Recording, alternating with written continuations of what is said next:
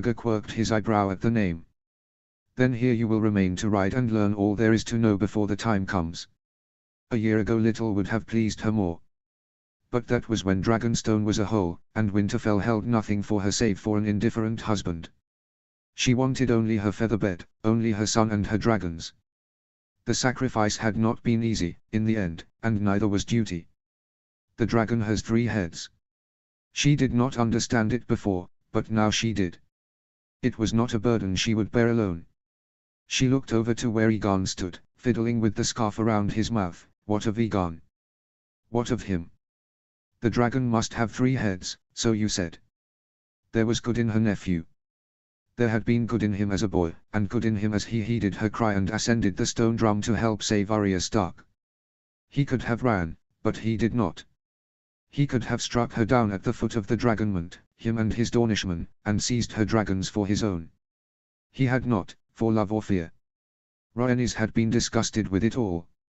And Viserys. He had been so frightened. The dragons would see the cowardice as she had. Since the stone drum came down and my dragon eggs turned to dust, I am sure of little and less. Daenerys Stormborn, our mother, named you before she died. Perhaps she knew. But I did not. I had thought Aegon might choose you to care for one of the dragons, but it is you, born amidst sail and smoke twice over. If he is to be a dragon rider, he must claim it as you did, in fire and blood. Her brother was ever known as a man who joy did not come easily to. Dany saw it best now. Another man would have rejoiced at the sight of dragons, laughed as Aegon had done in relief and shock. Perhaps he would have, if his son had been the one to birth them. You believed they were fated for him, she said, quietly. Roeg did not deny it. Aegon has had a sword in his hand since he could walk. He trained with the Red Viper of Dawn, studied among Archmaesters, can read and speak High Valyrian, Old Kiscari, the Summer Tongue and all the dialects of the free cities. He can tell when a man is lying for fear or betrayal, and when a woman wants him for lust or for treachery. He will make a fearsome king. But what do gods or dragons care of his accomplishments? The task has fallen to you, though it is beyond your skill and goes against your nature. The gods care little for that too, it seems. If it was Viserys, they might have quarreled. It was she who had gone up the stairs, when they all turned away, she who had brought her children into the world with her calls. Milk had spilled from her breasts, milk that was meant for my son. They heard her call once more when it was time to leave the green forest. She might have said all that and more, but Rhaegar was her king, not only her brother. And what does it matter, she thought. It had been her, after all, who emerged from the flames, unburnt. What use do dragons have for the summer tongue or seduction? Aegon asked, lamely. Rhaegar was unmoved. Little. But you will remain here with the dragons and your aunt all the same, come what may. They stood beside each other in the smoke, under his words and under the flickering flame of the mountain, casting glowing shadows over them all. When at last Aegon led her away, Dany felt only relief, only exhaustion. It was beyond how weak her time in the forest had left her, sleeping uneasily in mud and dirt and stone, sleeping among ghosts and waking with aches in every part of her body. Aegon held his silence only briefly. When they were at the campsite, away still from the ears of his men, he took her hand in his to still her. Tell me of your husband. Is he very like his uncle? He asked. His voice was muffled, but his eyes were searching. His father's eyes. Brandon Stark had ridden to King's Landing in fury, and it ended in his death. Benjen Stark had taken his vows and disappeared, though it was ice which had likely been his death and not fire, not her father. No, neither. He is not like them. Lord Tully, I mean. He is. Aegon seemed to try the taste of several words on his mouth first. Simple. Dany almost laughed at the thought. No. Robb is not simple. It is folly to lie to a man who we must one day face with the truth. One day Robb would see her dragons, as all the world would. There was a certain wisdom in her nephew's words. Aegon bit his lip. I say you should write that you are well, but resting on the isle, say that dragons have awoken once more. But little else for now. Dragons born on the isle. She could write that, though he would not believe it. What man would, until he saw them with his own eyes? Other things she could not put to pen and paper. Her flight on her dragon's back, what occurred atop the stone drum. He would think her mad, until he saw her with his own eyes. And then he would hear the tale, or guess it, and what after? They shared a child, and promises of a life yet to come. He might not love her, might turn away from her bed, but not from their vows. Dany nodded, but Egon did not draw away. You must trust me, Egon said, half a command, half a plea. I will do everything in my power to help you. He was the blood of the dragon too. I know that. My father too. Egon hesitated, as though tortured to continue. He's filled with 100 regrets. He should not have left the stone drum, even as the fire grew. He should have trained you and Rhaenys both in arms. He should never have wed you to Robb Stark. He says it was for the wisdom of the Targaryens of old that they wed kin to kin, and that he had been a fool to let my mother and his lords steer him otherwise. Dany pulled her hand from her nephew, his rings scraping her skin as she did. And what say you? Egon fell quiet. I say you understand the danger. We have no hope but the dragons. And you. The air was clearer here, at the edge of the water, but there was no comfort to be found in the camp. Thin rolls and a handful of tents were spread out over the hard ground. A man tended to a cage of ravens while another stirred at a pot of boiling stew, spooning it into bowls for his waiting kinsman. They seemed all to avoid her gaze, as though under some command. How long must we stay here? Dany asked, quietly. I do not know. Egon pulled the scarf off his face, and rubbed at his face with the back of his hand, spreading soot across his cheeks. Come what may, he smiled now, parroting his father. Come what may. Notes. Hi everyone. I am so sorry for the delayed and short update.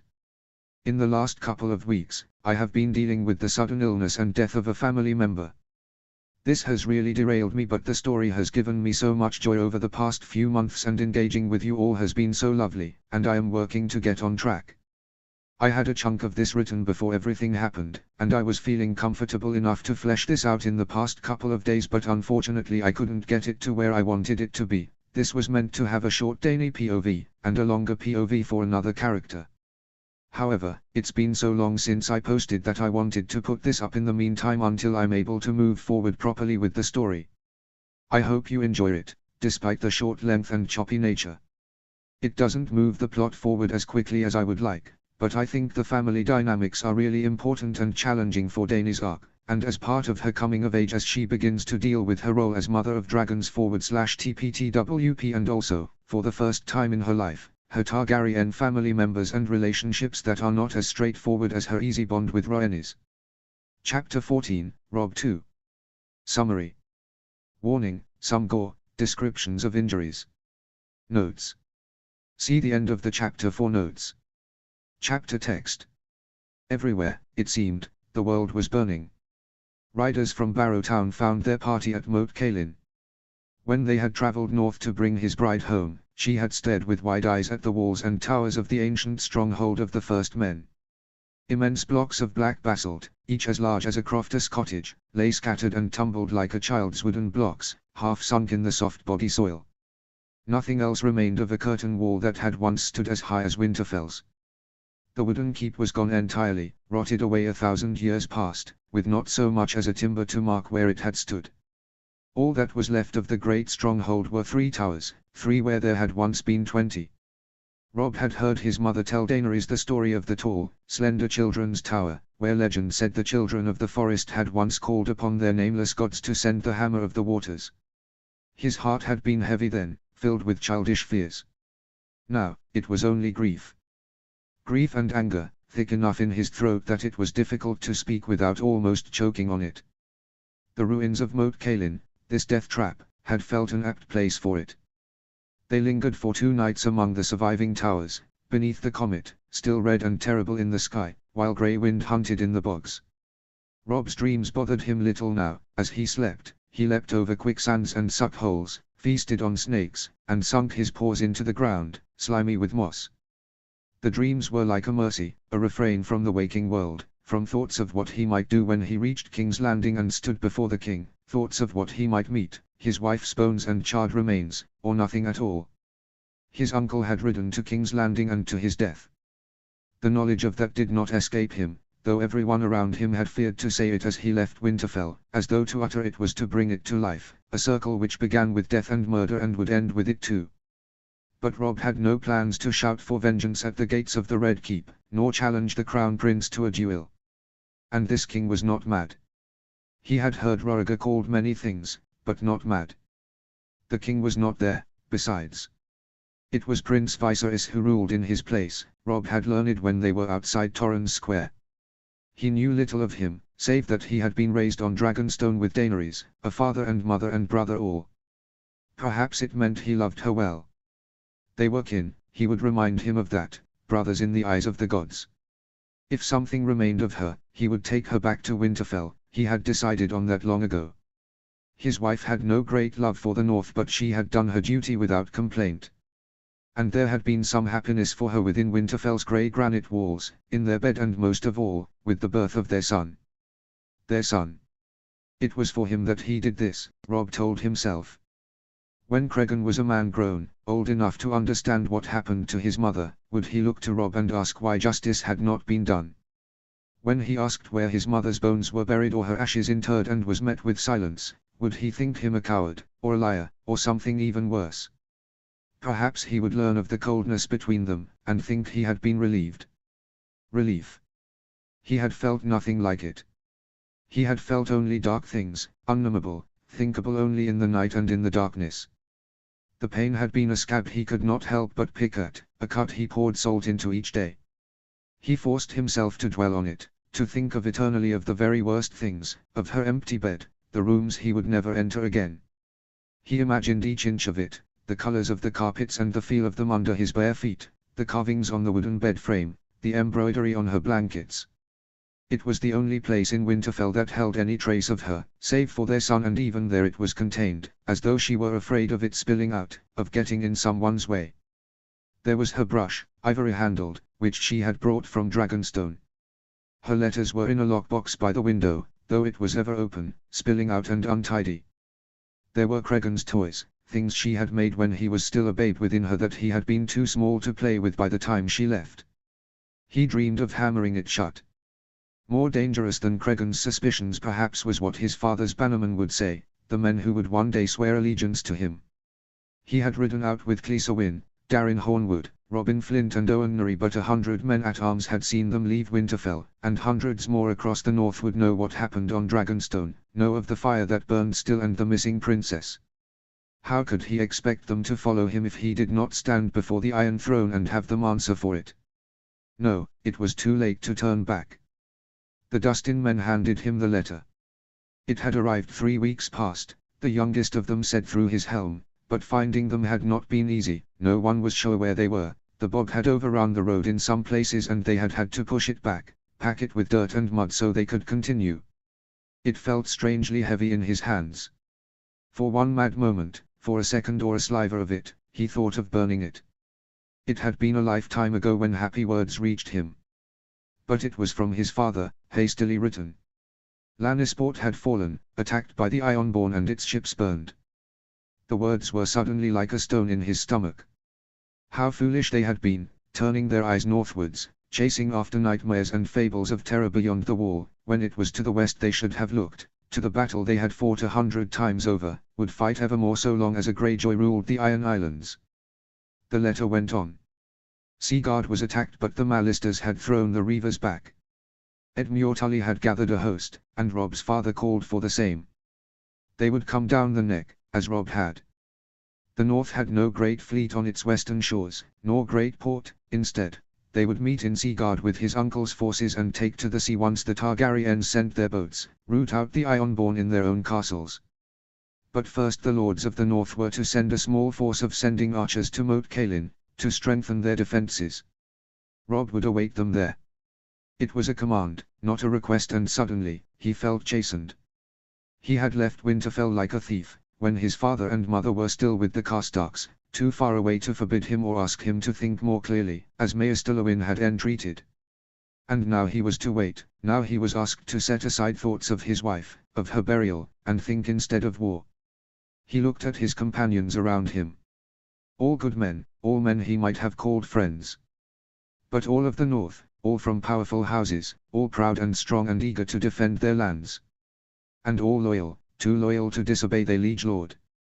He did not know what they would do if he asked them to follow him to King's Landing. Clee perhaps would agree, but even him Rob was uncertain of. And what is Daenerys to them? Not Lady of Winterfell. Only his wife, a quiet, shy girl who seemed so foreign to them, sister of a king they distrusted, daughter of madmen. He could not leave her.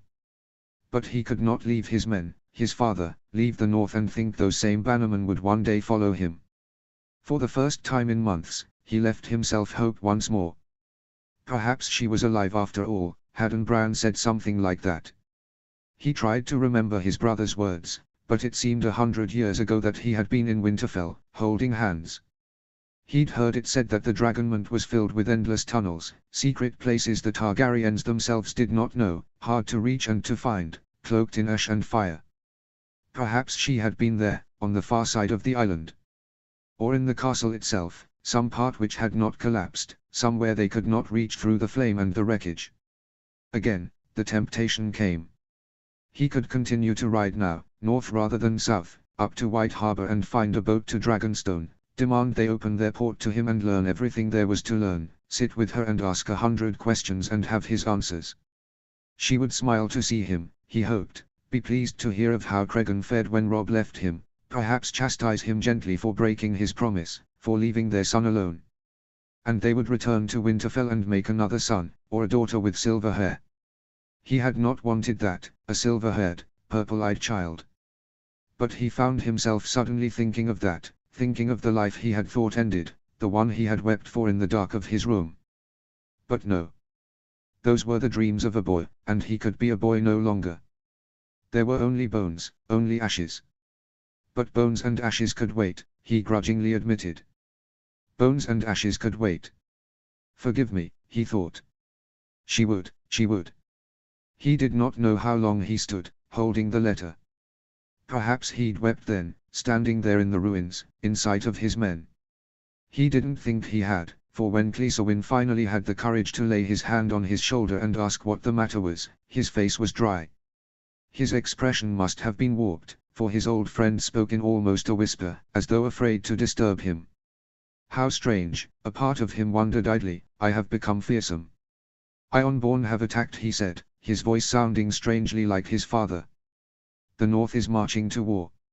Owen Nuri cursed, and Clee took a step backwards.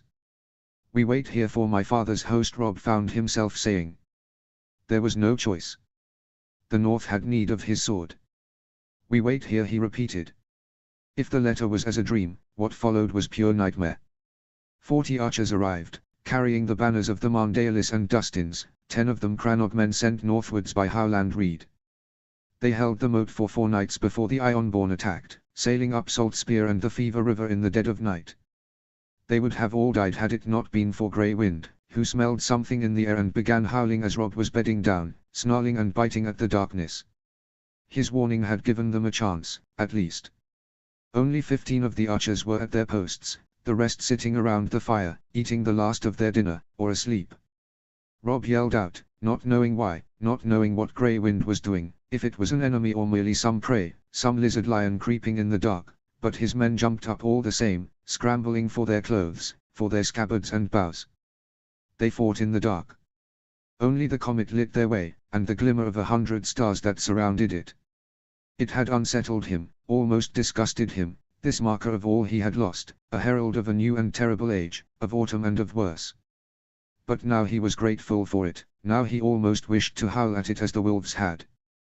They did not yell, there were no battle cries.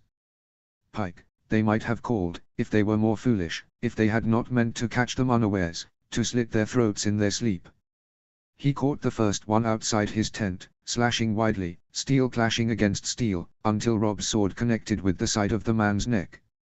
As he died, Robb saw his eyes, black and frightened. He is no older than me, some part of him thought. A golden kraken was sewn onto his doublet, stained red. Robb pulled his sword out with difficulty, and suddenly it felt wet and slippery in his hands. It's raining, he thought. But no, it was only blood. He had little time to dwell on it. There were more after that, 100 or 1,000, a flood rolling over them. Light, Owen Nuri shouted, 10 feet away from the sound of it. Light. Rob added to the chorus, and the archers obeyed, dipping their arrows in oil and setting them aflame. The world came alive once more. He could see them better now, as the grasses around them slowly burned, low weak fires contained by the dampness, but enough. And it was not only the grass. An arrow caught a man in the shoulder, and within a blink he was aflame, screaming and running wildly until he found the water, throwing himself into the bog. There were only 60, he thought, or maybe 80 at the most. He tried to remember Sir Roderick's lessons. How to hold his sword, how to block an advance, where to position his body, how to settle his weight. It had been easy to learn in Winterfell's yard, when his opponent was a friend, when they fought with smiles in their eyes, Clee or Jory or Jon. Jon. Where was he now? Fighting his own battles perhaps. He wished his cousin was here, fighting at his side. He would feel braver if he was. The most frightening thing then had been when his father stood watching, his face expressionless. Each mistake felt like a cut, under his father's gaze, each misstep an embarrassment. But here, his opponent's faces were hidden here, and when they struck a blow they meant it to be deadly. He caught sight of Robin Flint, struggling to hold his ground against a large man wielding an axe, and made for him, but something stung his shoulder. When he looked, he saw blood, and after that grey wind, bringing a man down, trapping him under his paws and ripping his throat out. Rob tasted it, iron and salt on his tongue, so strong he raised his hand to his mouth to wipe it away. It was blood, not his, no not his, someone else's. It coated his face now, like a mask. To the tower he called, and his men obeyed, as much as they could, winding their way back so the leaning drunkard's tower was at their back, so they could not be overrun in all directions and force the enemy to meet them head-on.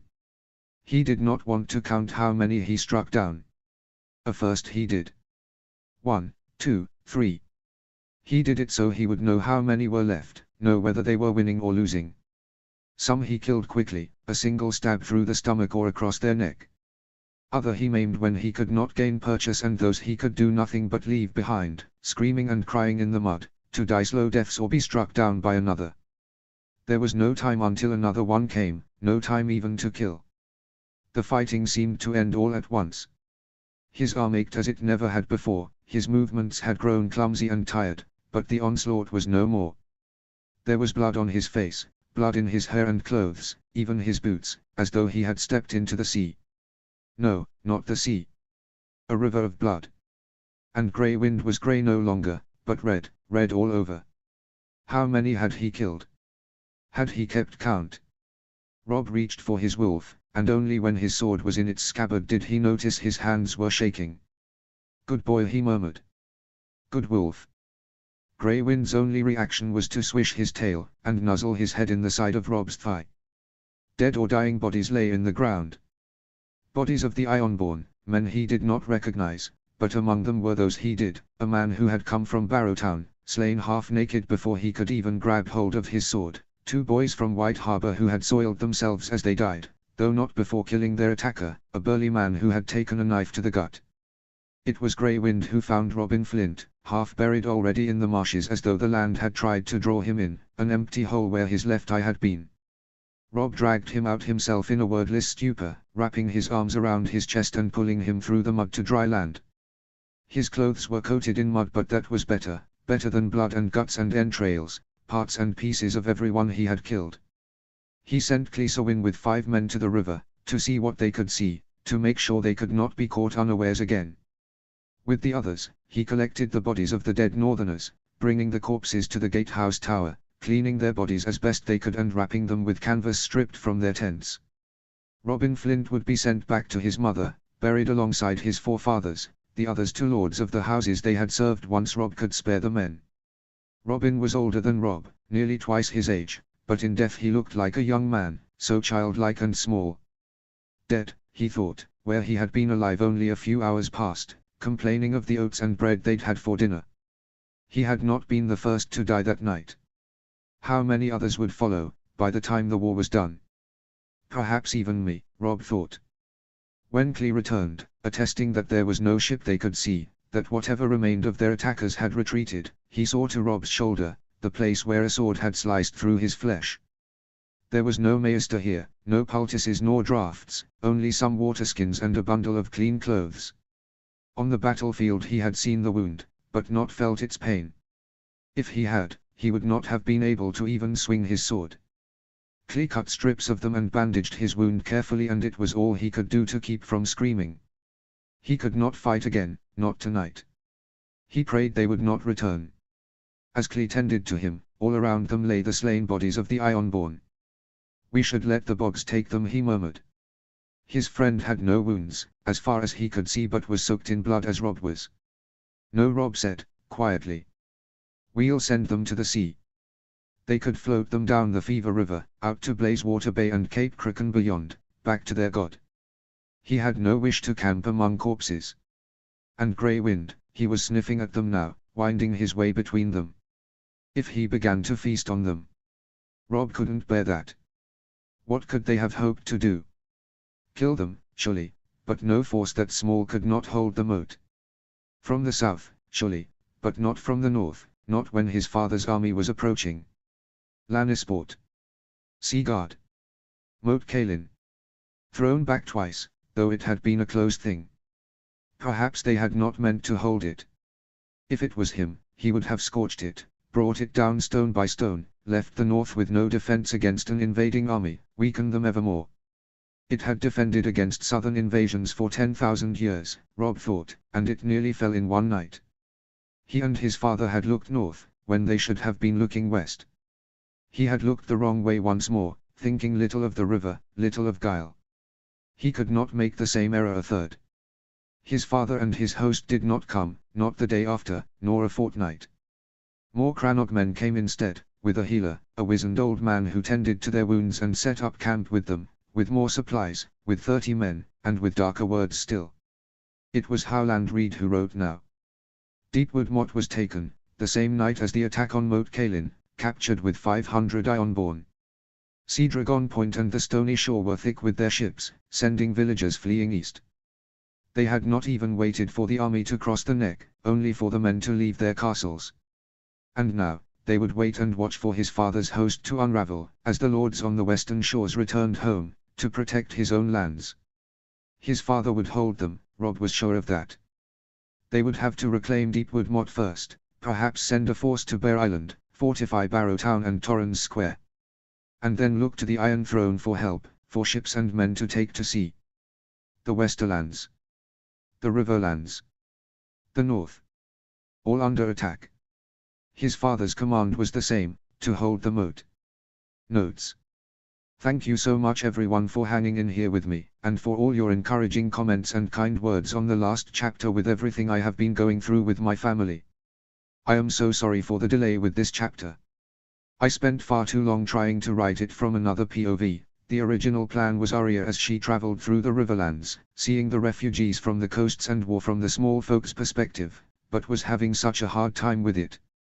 I found it easier and more devastating to write from Rob's perspective, and though this chapter is shorter than my usual because I felt it to be already very dark, I hope it communicates the way he deals with increasing trauma, the death of his wife, not knowing what happened to her and the guilt here of not going to her, fighting his first battle, killing his first man, as well as gives us an early look at his military acumen, that in canon is almost genius-like. Also, a bit of his political naivety, which Kat is not around to temper. Some of the descriptions of Moat Cailin here are pulled from her chapters. The Ironborn invasion here is slightly different from what happened in both Greyjoy rebellions. I am not a military expert by any means, so thank you for bearing with me, but where I think the first Greyjoy rebellion was badly timed, this was perfectly so. At the moment, there is news that Dragonstone has burned, Summerhall come again, a princess has died. The King and Prince of Dragonstone are not in King's Landing and no one is quite sure where they are or when they'll return. Given Rhaegar started his reign with rebellion and the simmering tensions, they are probably not far off in thinking the crown will not have an organized response, or that it will be a true test of his reign. We see their tactic here in the north is to bleed it, almost guerrilla style, striking with relatively small forces in multiple places at once, not allowing themselves to get caught in a pitched battle. Rob is not far off in thinking they wanted to raise Moat Cailin. So this is certainly a bolder Ironborn invasion, but one that could still be crushed by greater numbers as Robert did, except we are not seeing that level of central coordination from the Iron Throne at this point. Thank you again for everything. I really hope you enjoy this shorter chapter. It has been really nice to get back into the rhythm of writing and the world of this story, and all of that is due to you all and your lovely response. Chapter 15, Daenerys 8. Notes. See the end of the chapter for notes. Chapter text. Atop her dragon, it was easy to forget. She only had to force herself not to look downwards, to keep her eyes turned to the horizon, and she could dream she was in some other place, some other time where she could be free to roam the skies and think nothing of prophecy or of the men who awaited her on Dragonstone when she landed, ever full of suggestions and commands. Sir Arthur arrived with his sworn brothers, Sir Oswell and Sir Barristan, and Prince Viserys Targaryen. Their boat was heavy laden, full of flocks of sheep and cattle that they set free in a valley at the foot of the mountain, and most surprising of all, small folk. From the cliff where Rhaegar had instructed her to wait with her dragons, should they go wild at the sight of the arrivals, Dany counted 100 perhaps, maybe more.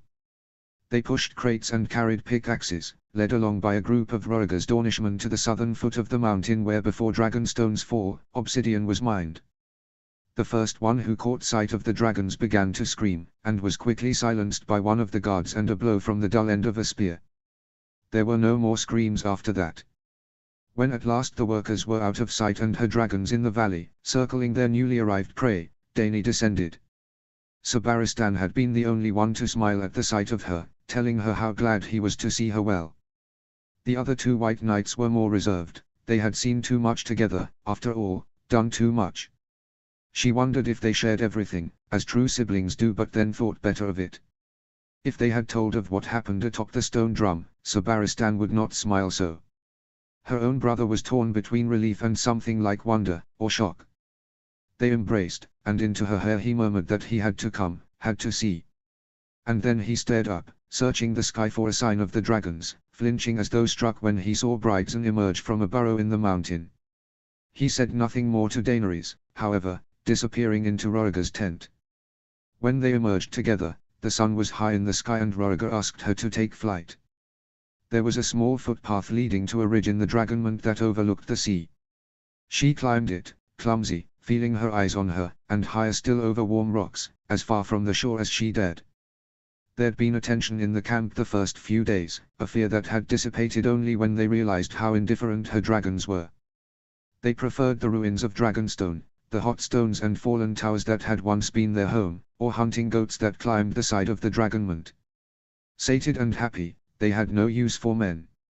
Rhaegar had given her a whip so she might use it to direct her dragon in the air, to teach him to heed her commands, but Dany hesitated to use it, feared to do Shadowtamer harm. Instead, she used her voice. Perched on the ride, she did what she had done Crackclaw Point, called and called her dragon until her voice was hoarse, until he deigned to obey. She heard gasps from down below, some shouts of wonder when he landed, but her eyes could remain only on her dragon. "It's me," Dany murmured. Under his gaze, she approached slowly, hands outstretched, laying her palms on his side. Rhaegar had told her a full-grown dragon's scales were impenetrable, they felt like smooth polished stone under her touch. When he did not object, Dany carefully leapt on his back, grasping his scales. Each ride terrified her. Shadowtamer might throw her off, like a dog shaking off the rein, or twist his long neck and snap at her. But each time he bore her, chose to spare her life, and once they were in the sky her fears were all forgotten. A dragon was not a horse, but Dany found herself remembering the lessons Rhaegar's bastard had given her years ago when they rode through the Riverlands side by side. Her mount was unfamiliar to her, riding long distances a trial, and Jon had shown her how to touch her horse to calm him, how to speak to him calmly but forcefully, how to instruct him on which direction to go, how to think quickly when he grew restless or angry. A saddle was being made for Shadowtamer, but for now, she made do with her feet, kicking him in his side to guide him and speaking the commands in High Valyrian. The words did not seem strange to him, as though he had heard them before, been commanded in the past. For her dragon, the matter was not comprehension, she'd come to learn, but obedience. She felt like a child, being led on a pony around the yard. His brothers joined their flight, emerging from their hiding and playing places, and soaring beneath them. Brightson's scales shone brilliantly, and vain with his own beauty, he seemed to almost dance for her and the audience which awaited on the shore, flitting in and out of the wind faster than the others. His bronze brother was not so bold, directing his attentions instead to the water below, in search of prey to fish. Her dragon was humoring her, she suspected, his flight almost indolent. It could never be enough. If she did not have to eat or drink, she would have ridden her dragon evermore, forgetting everything, forgetting herself, but when the sun began to set she urged him to descend. When her feet were on the ground once more, Egon and Viserys awaited her still by the shore. There was a smile playing on her nephew's face. He always wore the same mask when he saw her fly. Viserys, however, stood with his face pursed, as though he might spit. "What have you done?" Dany felt like a little girl again, standing before her older brother, having to answer for some childish misdeed. Except, she was a woman now. She had been wed, had given birth to a son, to 3 dragons. She'd survived Dragonstone, flown across Blackwater Bay, walked with ghosts on Crackclaw Point.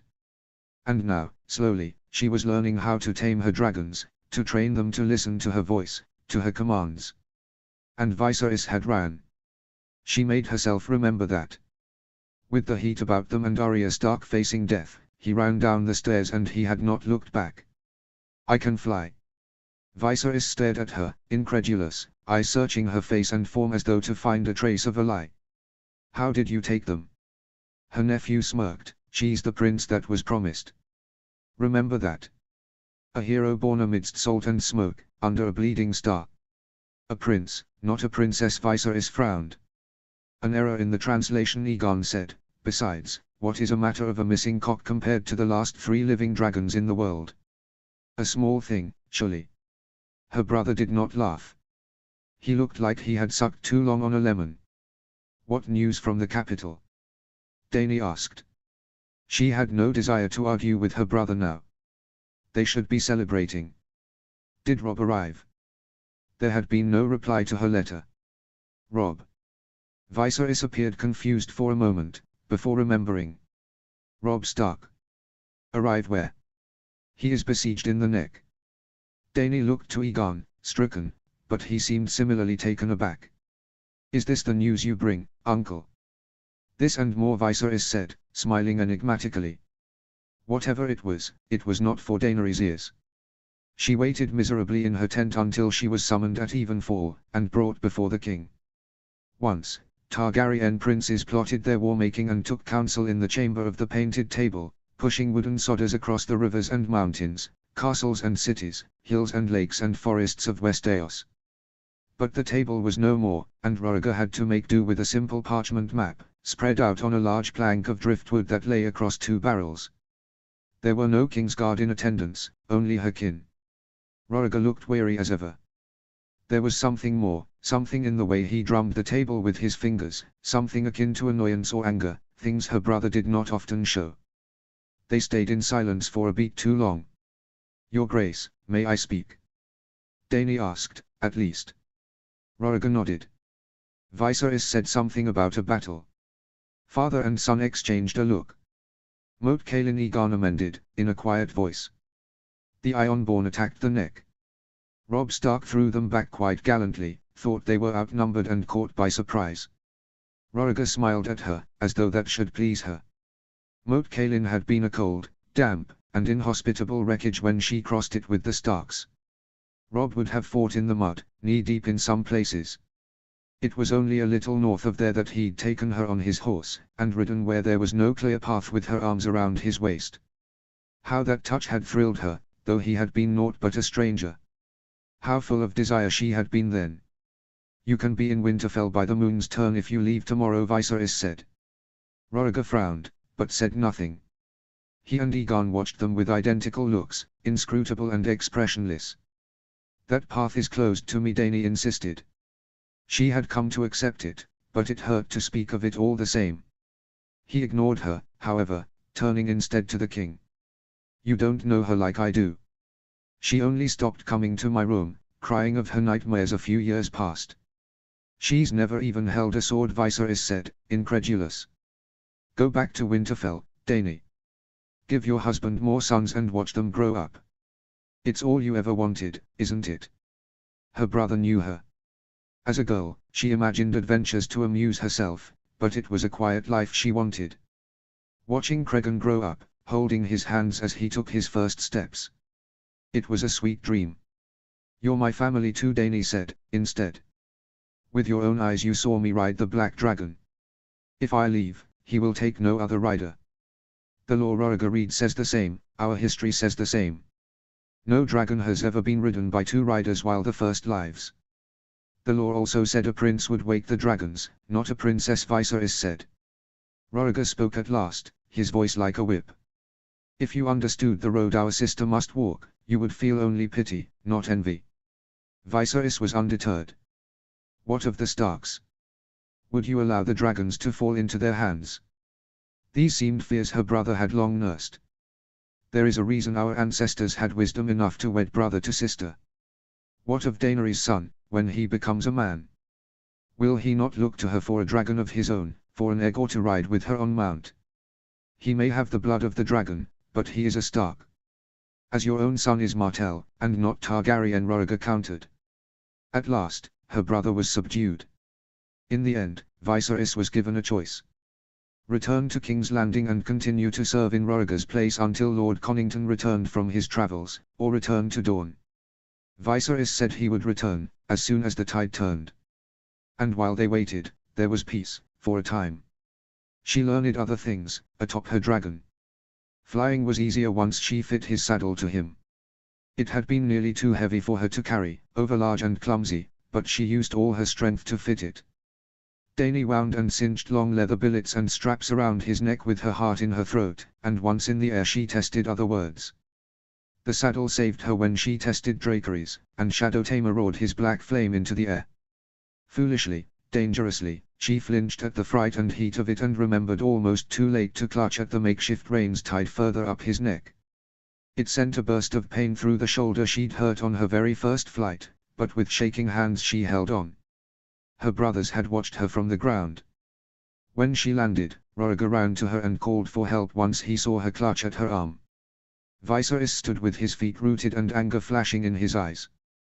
That night, with her pain returned, Dany slept fitfully. She dreamt that Robb was kissing her, but she could not remember what he looked like.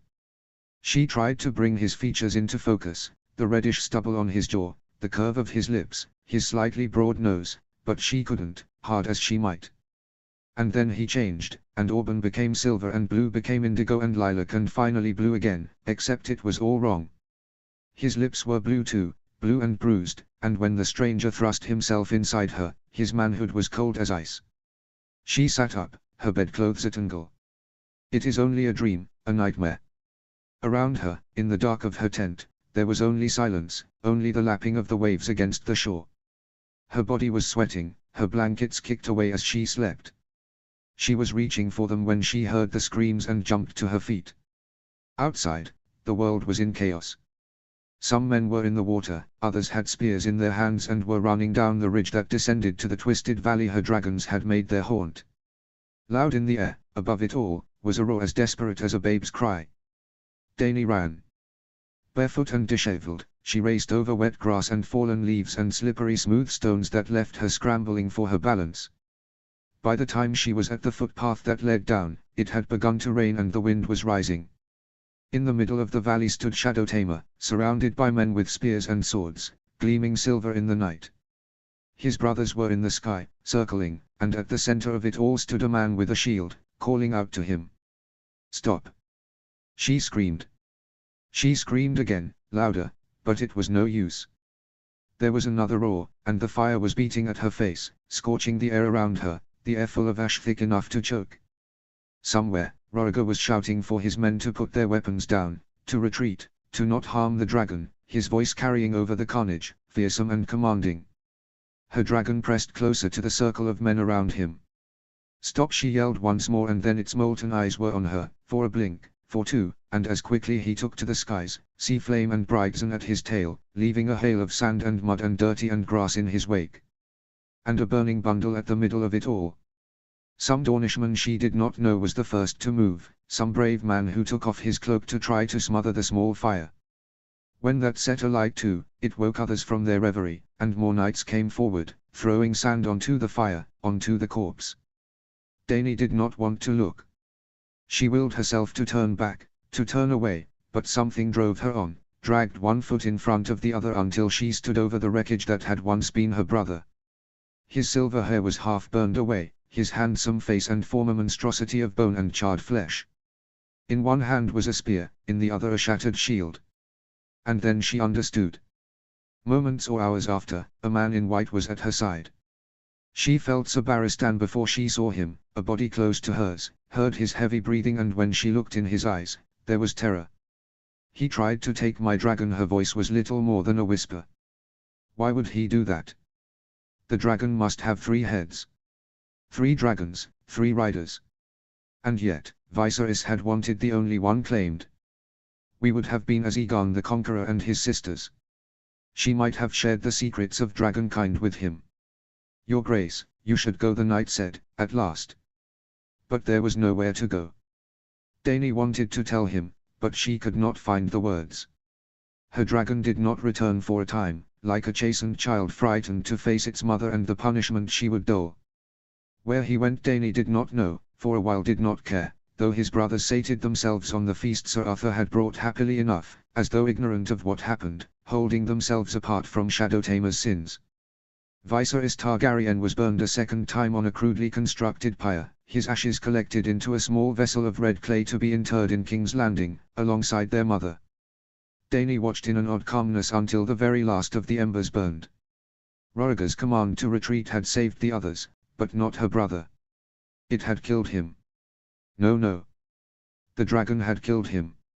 She slept after that, as she had not for months, a deep, dreamless sleep that took her through both day and night, waking only to eat and relieve herself. On the 7th day, Aegon woke her.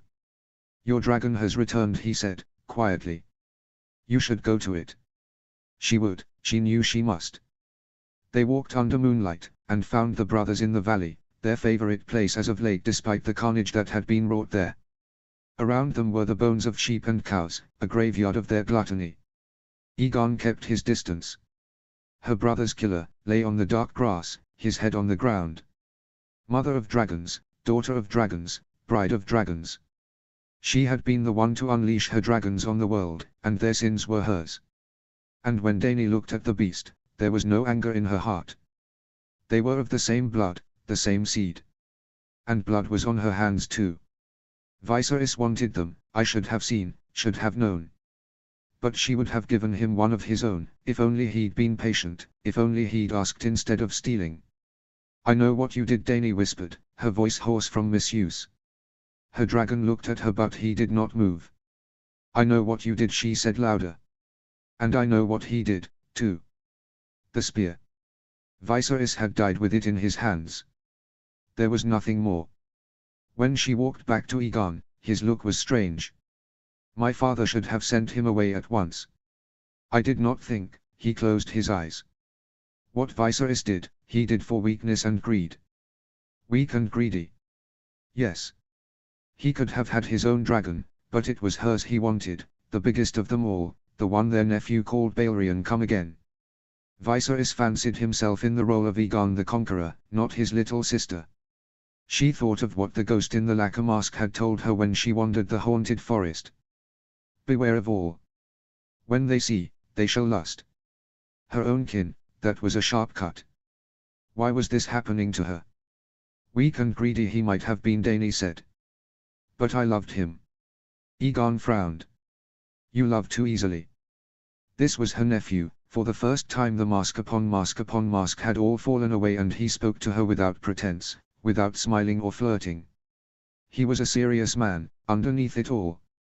"The Ironborn are pillaging the west," he went on. "In the north, they've made attacks on Bear Island, Flint's Finger, Moat Cailin, the Rills and Stony Shore.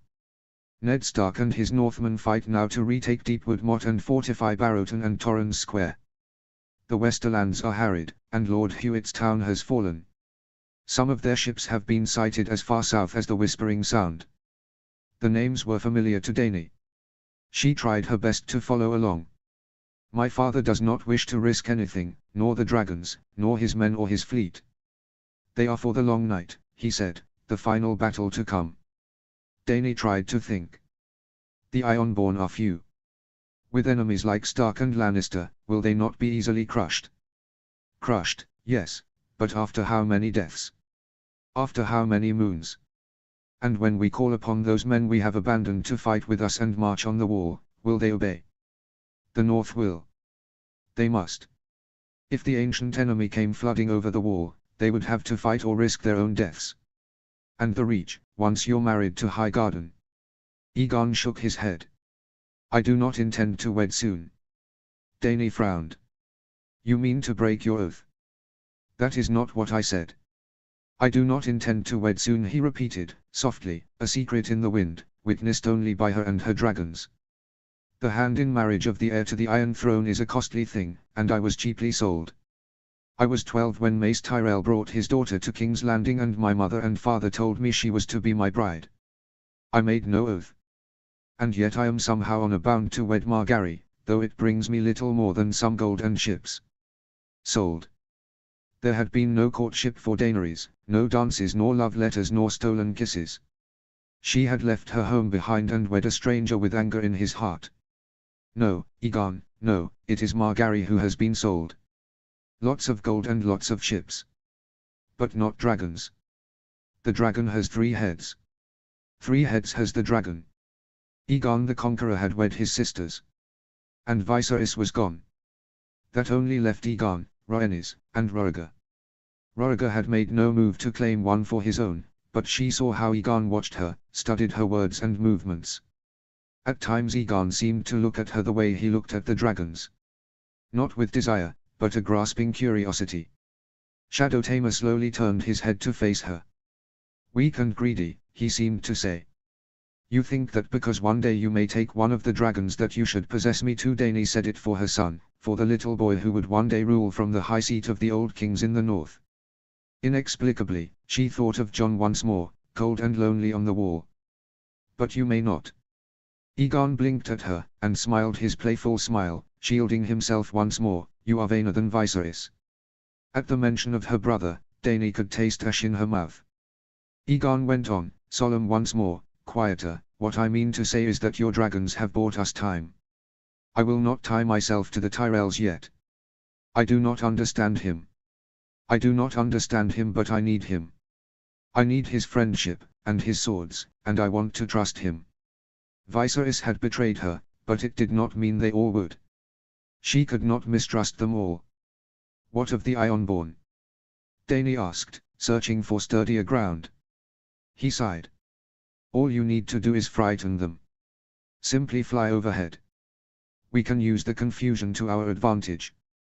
While you fly, we sail out with the royal fleet, meet them at sea, and clear the way to send another force to Pike. You can fly back across Iron Man's Bay and await us in the Western Hills. It will make a quick end to the war, and save those swords for the battle to come. My father will not heed my counsel. But if you add my voice to mine, we can move him. Shadow Tamer had flown over Dragonstone 1,000 times, had harmed no one, save for Viserys. If he was well fed, she could guide him. But she could not control him, not truly, and his brothers less so. Where Dany and her black dragon went, the other two seemed to follow. We could fly high, out of reach. Close enough to cast a shadow, but not to be reached by spear nor arrow. It was a king's duty to protect his people. And she had learned too many lessons on Dragonstone. I will not lie to you, Dany, if we do this it will not be without danger, he continued. It may all go wrong. The battle may not go our way, even with the dragons. But if we do not try, that will be a deadlier sort of defeat. Her nephew liked to play the mischievous prince, but he was still a boy, green and untested. He had fought no battles, commanded no campaigns. Whatever enemies he defeated were overreaching courtiers, and the cuts given with his sharp tongue did not draw blood. He is the blood of the dragon too, and we are growing few. We are stronger together. Viserys had not understood that. Viserys. I will help you, Dany said, quietly. But you must give me something in return. Aegon nodded, you only need to name it. I want your word. She looked up into his eyes. If she could trust him, she would not be so alone. Promise you will never betray me. I will never betray you. I swear it. Notes. Hello again everyone. A quick update this time around as I had a good chunk of this already written and because the next few chapters are going to be a doozy to write. Thank you as always for all the ways you have engaged with my story, and been so supportive with what I was going through with my family. I've said this before but reading your comments is always so lovely and so motivating, and I'm incredibly grateful for the time you all take to read my writing and chat with me. I'm really looking forward to hearing what you all think. Our very last Dragonstone chapter. I may have mentioned this in conversation in the comments, but one of the things I am striving to do with this fic is not to recreate Keystone character deaths or events from canon, which would be unrealistic here since the premise of this or is such a divergence. I went back and forth on Viserys, but in the end I did not think there would be a context where he would be okay with Dany being a dragon rider, and riding the largest of the three, and where he was not, especially knowing there are 4 of them, and only 2 dragons left. What if he doesn't get one at all? He is not the same mad monster in this story that he is in canon, but he's incredibly vain and proud. In many ways, he does what Rhaegar might have done if Dany's dragons were babies, which is seize them. Viserys takes his shot, feeling his sister is unworthy with a bit of, if she can do it, I can do it better thrown in for good measure.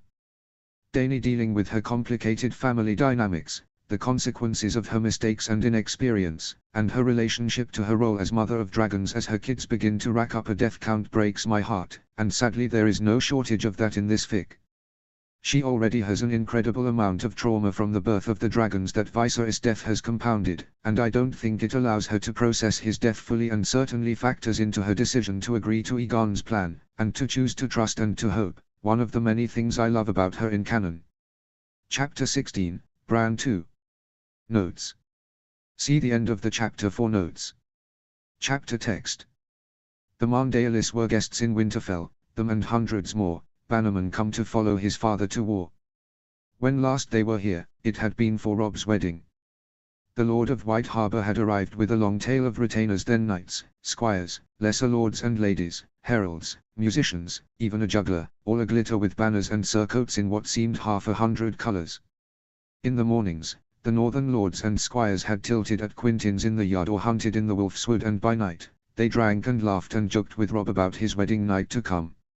Now, they spent their days running through drills with shield and short sword in the yard, and by evening in audience with his father, poring over maps and letters. Bran liked Wyman Marndaeli, with his great booming laugh. He spoke to Lord Locke over breakfast in the great hall while Summer searched for scraps under the table. Bran had gone to fetch his wolf, and lingered when he heard them mention dragons. A ship from Gulltown had arrived in White Harbour laden with goods, the free cities, Lord Marndaeli said, and bringing with it a tale from the captain who had heard from a sailor that returned on a merchant's carrack from Pentos and seen with his own eyes the royal fleet sailing from Blackwater Bay with 3 dragons. Bran took a seat on their bench. Is that true, my lord? Lord Marndaeli smiled and didn't seem surprised to see him. I had it in a letter from Winifred this morning. He hadn't liked that answer. It could mean anything. Did she say where the dragons are going? To Moat Cailin, he hoped. Robb had fought a battle there. He won and he'd been very brave, everyone said so, even old Nan, but when Bran asked when he would be coming home, no one could say. Sour old Lord Locke had spoiled it then. They're only tales, my lord, nothing to be frightened over. I'm not frightened. The lords exchanged a look and somehow, he didn't think they believed him. And so he went looking for them himself. Long ago, when his siblings were still in Winterfell, before Daenerys Targaryen came to Winterfell and Sansa left to marry Harry on Carstark, they had sat by the fire and listened to old Nan tell them tales of dragons. He'd heard the story before from Maester Luwin, but somehow these half-tales were different. She told them of the conquest, of Aegon and his sisters, and the kings of the Rock and the Reach who tried to oppose them. 300 years ago, these 2 old kings had gathered an army with 600 banners, she said, 5,000 mounted knights and 10 times as many freeriders and men-at-arms. Aegon the Conqueror had only a fifth that number. When the 2 hosts met on the broad plains of the Reach, the Targaryen army had shivered and splintered and began to run. For a moment, the conquest was at an end. until Aegon and his sister joined the battle, and Vagar, Meraxes, and Balerion were unleashed. It had made Bran's skin prickle to hear it. The singers called it the Field of Fire. He wondered what would happen when the dragons came to Winterfell. Hojan had dreamed it, and that Pentoshi sailor had seen them. Dragonstone was far away, but if the dragons were as big as the telltellers said and he climbed high enough, perhaps he could catch a glimpse. Bran scrambled up to the sky. In the Godswood, he climbed up the tall sentinel, crossed to the armory and guard's hall and leapt roof to roof until he reached the blind side of the first keep. He swung from gargoyle to the north side, pulling himself over to the broken tower, and finally scrambled up the blackened stones to the eyrie. The crows arrived when he did, but he had no corn for them today. Bran looked at the wisps of smoke rising from Winterfell's chimneys, the melons lining the curtain walls, and the tops of keeps and towers that had stood for hundreds of years. Further on, he saw the hills and valleys behind the walls of Winterfell and even further to the edges of the Wolf's Wood. The sky was still and only birds wheeled over his head. When at last he descended, his mother was waiting for him. Bran. Her voice was weary. To his surprise, she took his hand. What have I told you about climbing? Once when he was just a boy, his mother made him promise that he would stay on the ground. He had managed to keep that promise for almost a fortnight, miserable every day, until one night he had gone out the window of his bedroom when everyone was fast asleep. What's the matter? He expected a scolding, but his mother looked more sad than angry, and Bran felt frightened and ashamed all at once. Is it Robb? Is he coming home? Would that he were, his mother said. Bran, you must stop this. One day you're not going to be able to find your way down, and what if when that day comes there is no one around to hear your shouts and come to your aid? And what if you were to fall off? They had had this conversation before. Maester Luwin had gone so far as to make him a little boy of clay, bake him till he was hard and brittle, dress him in Bran's clothes, and flung him off a roof. Bran remembered the way he shattered. He would never fall, but he didn't think his mother wanted to hear that. I'm sorry, he said, instead. His mother sighed. What am I to do with you? I'm sorry, Bran repeated. He tried not to promise he wouldn't climb anymore, knowing he would end up on the roofs all the same, but he could see his mother would accept nothing less. I won't climb the tower anymore, I promise. Bran. He felt his color rising. I won't climb anything anymore. His mother seemed like she wanted to say more, but changed her mind and smiled instead, caressing his cheek. Come along, your father would have some words with you. Outside the Godswood, the sounds of sword and shield and horse rang through the yard. It made a sweet music. Can I just have a look? Bran asked. A quick look, that's all. His mother nodded, and Bran let go of her hand and ran towards the knights. It was the lordlings drilling. He recognized Harryon, his good brother with a great black beard, standing before Jon Umber. Both were armored, wearing padded doublets, boiled leather and mail and plate and helm. Where Harryon was slim and tall, the small Jon was strongly built and a head taller still.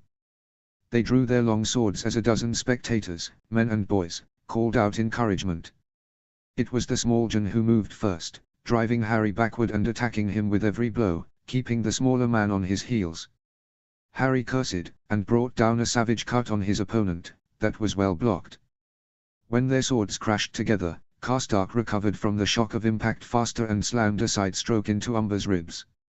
Eddard Karstark shouted something that earned some laughter from the spectators, but the small Jon was on the counter-attack, catching Harry on the shoulder.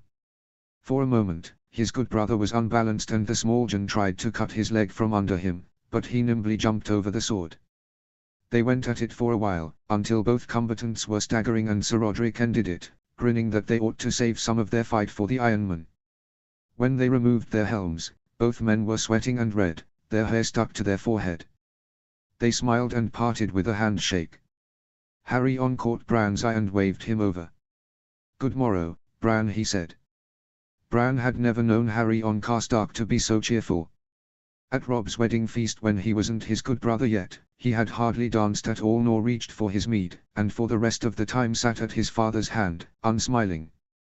Jon said it was because he wanted Lord Stark to see him as a somber man, who would be a good lord and husband one day and worthy of Sansa's hand. His cousin must have been right, because it had worked after all. Your lady mother turned Winterfell upside down searching for you. I was climbing. Can you teach me how to do that? Do what? Fight. Harry smiled. Haven't you been taking lessons from your master at arms? He only lets me use a wooden sword. I want to practice with real steel. His good brother ruffled his hair.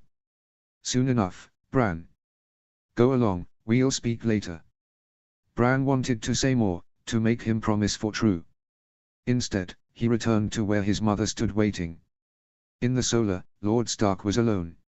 His father's face was silent and thoughtful, and for a moment Bran though he'd been brought here to answer for his climbing. Is it Robb? He asked again. Has he fought another battle? His father shook his head, no. Come here, Bran. For some reason, Bran wanted to take his mother's hand again. But before he left, Robb had told him that everyone in Winterfell would be under his protection, Mother and Arya and Rickon and Old Nan and Hodder. And Cregan, most of all. If he was to watch over everyone he couldn't act like Rickon anymore, he had to be a man. A map was laid out on his father's table, half covered with scraps of parchment and a half-eaten plate of berries and hard cheeses. Father moved them to the floor. Bran, I want you to find Winterfell on the map. That was easy. Bran pressed his finger to the mark to the edge of the green paint that marked the Wolf's Wood. Good, now where is Bear Island? That was easy too. It was the little island to the west. And Deepwood Motte? To its south. The Stony Shore. Bran faltered. Those are the rills, his father gently corrected. Show me the Stony Shore. He found it this time. Barrowton. Torrens Square. Flint's Finger. He got them all right. Moat Cailin. That one, too. Bran's eyes lingered too long on it. If he had a dragon, he would go there now, fly to Moat Cailin and help Robb fight his battles, and then he could go to Riverrun and fetch his sister. The roads north weren't safe enough for her to come home, Mother told him, but if he had a dragon he could snatch Arya up and fly above it all. Well done, Bran, Mother said softly. And where have the Ironmen attacked? That was harder. Moat Cailin. The rills. The Stony Shore. His father nodded. Where else? They were thrown back there. And at Flint's Finger, but they killed Robin Flint when he was with Robb. Bran didn't like to think of the losses. They took Deepwood Motte and there's been fighting on Bear Island. That was where his father was going now. Good. Father unfolded the bottom half of the map, and the rest of the Seven Kingdoms appeared to them. They attacked Seaguard, Fair Castle, Lannisport and Cricker Hall, killing and taking what they can. He traced the map with his fingers.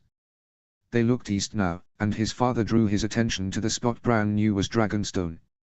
The king is sailing out from Blackwater Bay to join his fleet with Mace Tyrell and the Red Wines at the Arbor and fight the Ironborn fleet. After the battle, he's called on me, Lord Lannister, and Lord Tully to lead a force to Iron Islands. Bran didn't understand. He had been taking his lessons about the Ironman's progress from Maester Luwin, but it was the first time his father had spoken to him so, as though he were part of a war council. It was a good thing, he decided, that the king and Lord Tyrell were joining the war. It would be over faster that way, and everyone could come home. Do you know what that means, Bran? No, Bran wanted to say. But he couldn't let himself. Yes, father. It means you will beat the Ironborn and win the war. Father smiled wanly. It means I cannot go to Deepwood Motte to take back the castle for the Glovers, nor sail to Bear Island to go to Mage Mormont's aid. I have given that honor to Rickard Karstark. Roose Bolton will march with his forces to the Stony Shore and the Rills, and I will march south with the Mandaelis and Umbers to sail forward forth from Seaguard. Now Bran was truly lost. His father was meant to go south all along, but the Ironmen had attacked and they had to defend the north. But now they were going south once more. He looked at the map again. They would have to cross the neck. His father caught his gaze. Robb will be marching with us. Bran couldn't help but smile then. But when he looked around, he found he was the only one. A note of doubt crept into his voice. That's good, isn't it? His father looked at him saying nothing, waiting. Bran, do you still wish to be a knight? Yes, he said, finally. He wanted it more than anything. Mother exhaled, as though she had been holding her breath, but father only looked at him evenly. Harry on Karstark has offered to take you on his father's campaign to Deepwood Motte. Bran let out a happy laugh, but father only looked at him sternly. If you are to go, you will not be joining him in the battle. You will tend to his horse, clean his mail, help him to get into his armor and learn from him. When the battle begins you will be well away, do you understand? Mother asked, her voice stern. Swear it, Bran. I swear, he said quickly. Only. Bran said it before he could think twice. Robb said I wasn't old enough to go to war. That was a different war. Robb thought they would be marching on Mance Rayder, the king beyond the wall then. The thought of it had frightened Bran as much as it thrilled him. The wildlings were cruel men, old Nan said, slavers and slayers and thieves. They consorted with giants and gulls, stole girl children in the dead of the night, and drank blood from polished horns. And their women lay with the others in the long night to sire terrible half-human children. Ironman didn't seem so frightening next to that. As did I. But northern armies are marching to battle to reclaim northern land. A Stark should be among them. His father looked sad as he said it, and mother even more so. Robb will have need of you when he returns to Winterfell. From now on you must be a man, not a boy. Daenerys was what his father could not say. Robb was a widower now. It was a strange thought, it made his brother seem such an old man, with years enough to wed, have a son, and lose a wife. Only. Bran remembered Hojan's dream. Daenerys was alive in that dream, but Robb had told him if he spoke of it, he would send the Reeds away. Robb was gone, but Bran said nothing. What of Hojan and Meera? Bran asked. The thought of saying his farewells to them, and to old Nan and Gage the cook, Mickon in his smithy, Hodder, the man in the glass gardens who gave him a blackberry when he came to visit, his mother, and Rickon, and little Credge, it made him feel lost. Father looked surprised at that. That will be for Lord Reed to decide. Perhaps they could come. What an adventure that would be. Harry wasn't a knight, but it didn't matter. Bran could learn from him, like father said, and when the war was over he could go south and squire for a real knight. That night, Bran let his mother sit beside his bed until he slept, like when he was a child. It was her he would miss most of all, but when the thought of telling her only made him want to cry. Bran, you must heed each and every one of Harry's commands. War is not a game, do you understand? Mother said. She seemed almost as sad as he was. I know, Mother, he said, yawning. Mother's voice was softer now. You might see and hear things that frighten you. It's all right to be scared. I'll have Summer with me. So long as he had his direwolf, he would never have be scared. His mother brushed the hair back from his forehead, and Bran fell into a dreamless sleep. They set out from Winterfell on a crisp, clear day. As they rode away, Bran tried not look back at the castle that had been his life, but he couldn't help it. Hot tears had threatened to spill from his eyes then, but he couldn't let them fall, not in front of Lord Karstark's host.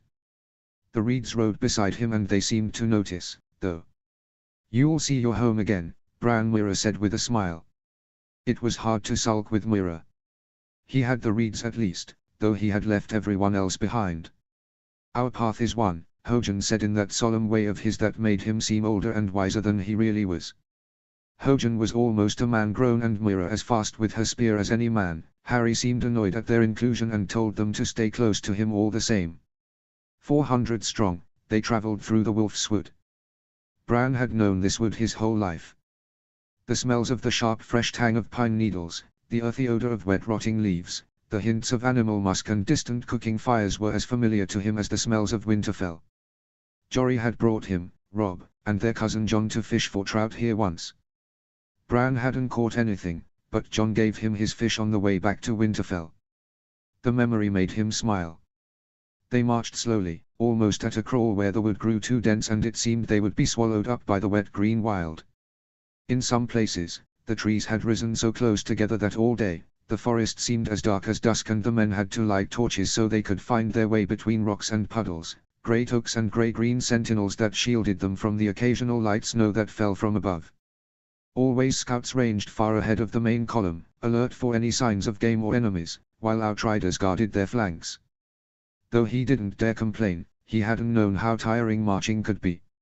Even atop his horse, he fell exhausted onto his bedroll each night and dreamed his wolf dreams. They were stronger, better here somehow, perhaps because there was so much prey to be found. Up the ridgeline he went, loping easy at first, then faster and higher, his strong legs eating up the incline. Birds burst from the branches overhead as he raced by, clawing and flapping their way into the sky. He could hear the wind sighing up amongst the leaves, the squirrels chittering to one another, even the sound a pinecone made as it tumbled to the forest floor. The smells were a song around him, a song that filled the good green world.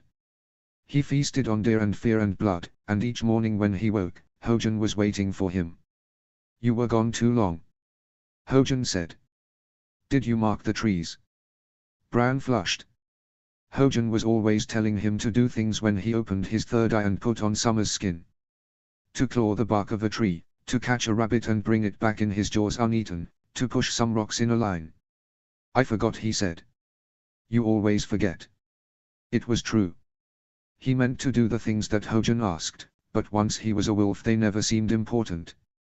There were always things to see and things to smell, a whole green world to hunt. "You remember who you are, don't you?" Hojan asked softly. "Tell me who you are." "Bran," he said. "Brandon Stark of Winterfell." "And who is Summer?" "My direwolf." Bran smiled. "Bran the boy and Summer the wolf. You are two, then." "Two," he sighed, "and one." Hojan was his friend and his teacher, but sometimes Bran just wanted to hit him. "Remember that, Bran. Remember yourself, or the wolf will consume you.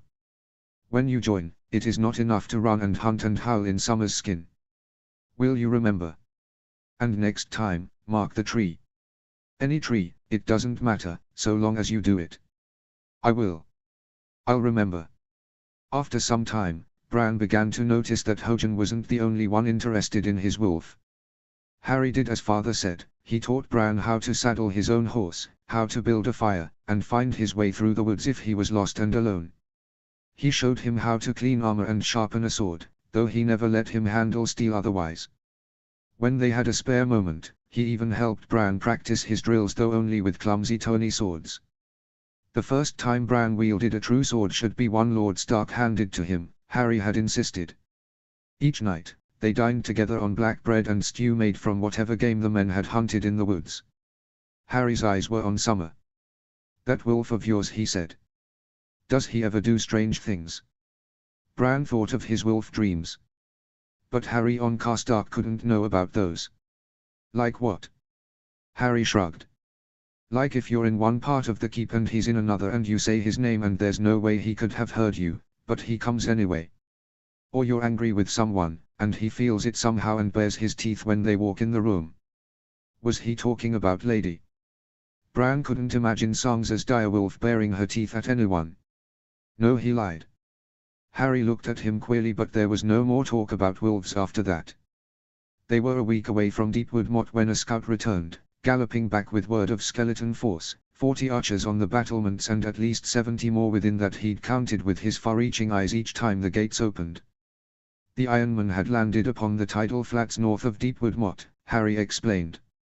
It was a motte and bailey castle surrounded by an earthen dike and palisade of logs, easy to creep up on unawares. They could come down from the mountains where the going was slow, and move unseen to emerge at its gates. Not Bran, though. He was to stay in the woods, away from the fighting. He'd tried to convince Harry otherwise, but he became the stern man Bran remembered all at once, and told him he must learn to obey, or he would be sent back to Winterfell. He prayed to the old gods for a good dream that night. A wolf dream, where he could understand the songs of the wolves and race across the world without fear. In the other dreams, a crow opened its beak and caught at him, and showed him terrible things. One night, he'd taken him past endless forests cloaked in snow, past the frozen shore and the great blue-white rivers of ice and the dead plains where nothing grew or lived. North and north and north he had gone, to the curtain of light at the end of the world, and then beyond that curtain. He had looked deep into the heart of winter, and what he saw had left him desperately afraid. Tonight, in the dark, he heard a voice whisper in the darkness, "Fly." No, Bran thought, no. Yes. You said you wanted to fly, didn't you? Bran looked down, and like each time, felt his insides turn to water. The ground was rushing up at him now. Westeros was spread out below him, a tapestry of white and brown and green.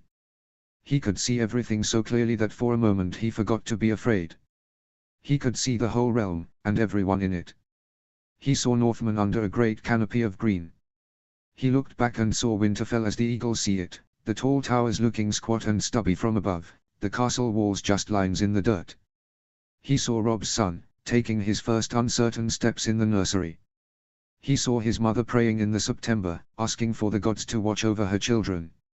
He saw Hodder, carrying an anvil to Mickens' forge, hefting it onto his shoulder as easily as another man might heft a bale of hay. At the heart of the godswood, his father was polishing ice while the great white weirwood brooded over its reflection in the black pool, its leaves rustling in a chill wind. His bannermen awaited him beyond, roaring giants and flayed men and mermen, soon to begin their march. He looked away, and saw a lonely ruin filled with floating corpses. He saw his brother Robb peering out to the cold, dark dampness of a bog with grey wind at his side. Further south he saw a land of rivers where people fled, old folks and little children, big men and small ones, barefoot girls and women with babes at their breasts. Within the walls of a water-bordered castle, he saw Arya slashing at a tree with her skinny sword, tears hot in her eyes.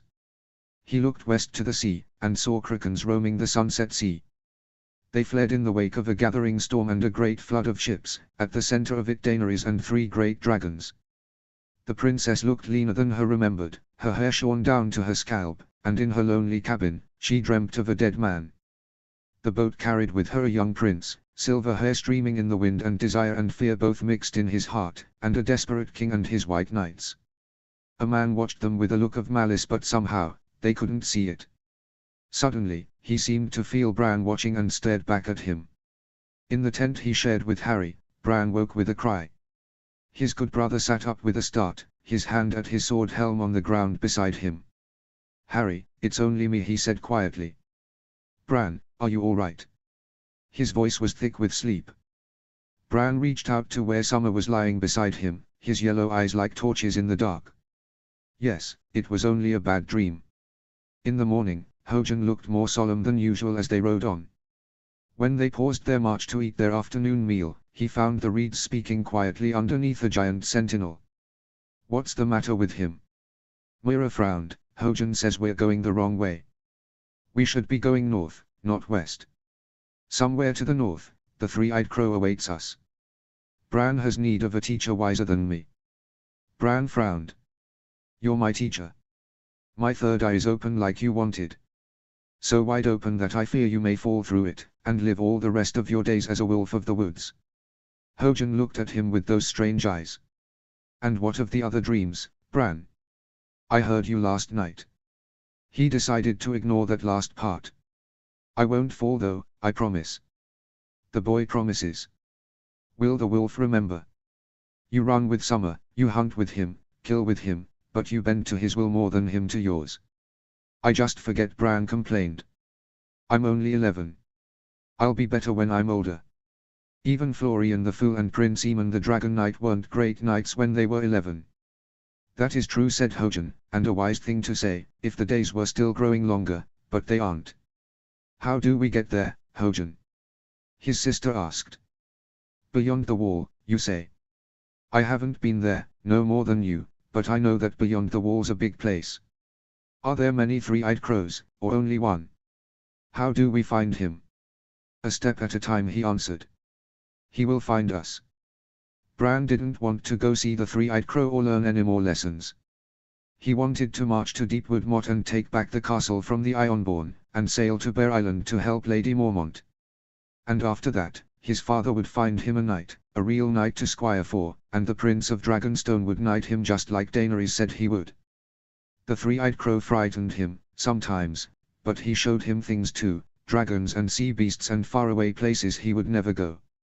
He'd seen clear across the narrow sea, to the free cities and the green Dothraki Sea and beyond, to Visduthrak under its mountain, to the fabled lands of the Jade Sea, to Ass High by the Shadow, where shadowbinders cast their spells. But he'd seen terrible things too. He remembered the dream of his cousin John, sleeping alone in a cold bed, his skin growing pale and hard. And his brother Rob, frightened and alone and trying to mask it. Bran wanted to help them, but they were so far away and he was only a boy. "We can tell Harry," Bran suggested. "He can send us with an escort, and it would be easy then. Or we wait for Rob to come back and he can go with us, and maybe even my cousin John.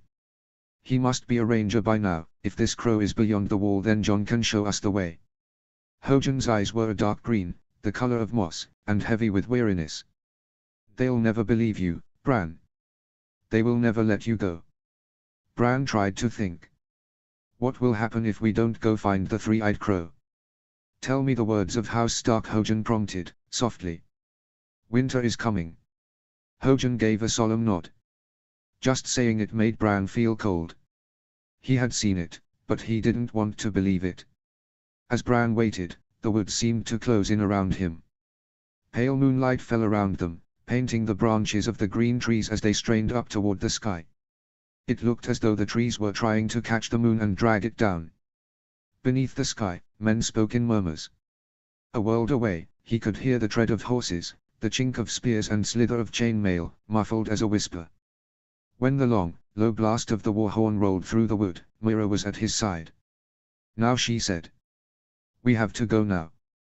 Bran hesitated. They were making their attack now, Harry and the rest of them, and once they won and returned for him, what would they think? Craven, they would call him, coward. They would say he had run back to Winterfell, like a frightened little boy. Or, they might think he was stolen and send riders after them. When he was caught, how would he explain why he was riding north and not east? "Bran," Meera said, softly. Hojan said they wouldn't be caught. "Summer," Bran whispered. "Come on." Meera kept to the shadows as she moved, stepping around shafts of moonlight as quiet as a cat. Bran and Summer watched her closely and did the same. With his heart in his chest, Bran slipped through the hush of the night, his footsteps light on the thick carpet of leaves underfoot, until they reached the wooded ridges that sloped down to the stream bed with Hojan waited. He looked over his shoulder all the while, expecting a shout to go out, some soldier to come chasing after them, but none did. The best of the warriors were within the walls of Deepwood Motte by now, and the ones that stood in the woods, the young boys and old men who guarded them, would hear little over the sound of what would come next. "The sounds of death and killing," Hojan said. They mounted their horses. "Swift and silent," Hojan said, "ride." Notes. I hope these more frequent updates are making up a little for lost time when I was going through everything with my family, though might be slowing down a bit to weekly updates moving forward. Thank you to everyone who has taken the time to comment, it's so motivating and lovely to read each and every one of them. Chapter 17, Rob 3. Summary. Warning, some gore, violence. Notes. See the end of the chapter for notes. Chapter text. Dragons. The world was suddenly full of them, 1,000 rumors spreading through the soldiers at Seaguard.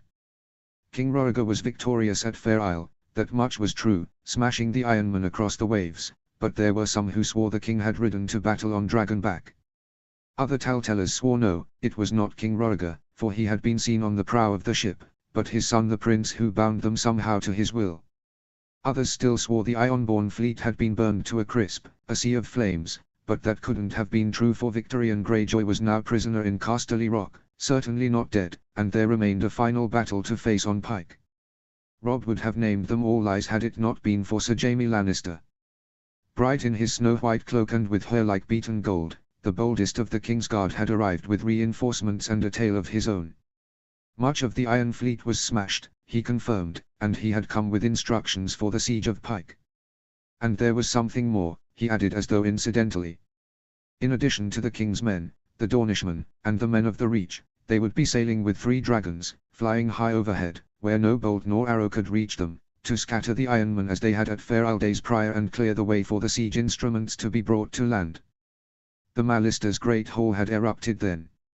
Dragons. A fierce, bearded man from House Bowl scoffed. When he stood, Rob could see the crest on his doublet. The last dragon died a century and a half ago. Do you take us for fools, sir? There was a nervous peal of laughter among his kinsmen. Perhaps the Lion of Lannister is mistaken, and they were merely over large goshawks. Another from House Forrester japed, a grin on his face.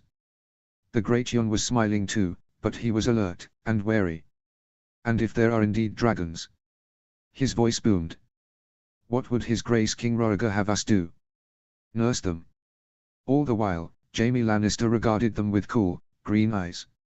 Much as I would like to see you try, my lord, the dragons have no need for a wet nurse. The White Knight's smile was like a knife.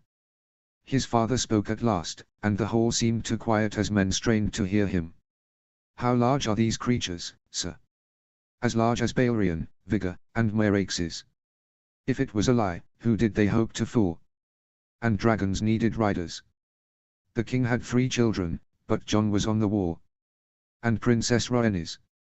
On Edmure's face was only shock and disbelief. Dragonstone. The thought was bitter. The horizon had been green for weeks. Green like wildfire. Aerion the monstrous had drank it, hoping to be transformed into a dragon. Perhaps King Rhaegar had been luckier. He had bought the dragons with death, though not his own. Robb remembered suddenly the day they had found the litter of pups in the snow, huddled around their mother's corpse. Alone that evening, he spoke to his father of dragons, and watched him with fear in his heart. When his father spoke, it was as though every word pained him. You don't believe it? His father frowned. I hope it is not true. A Targaryen king with dragons at his back.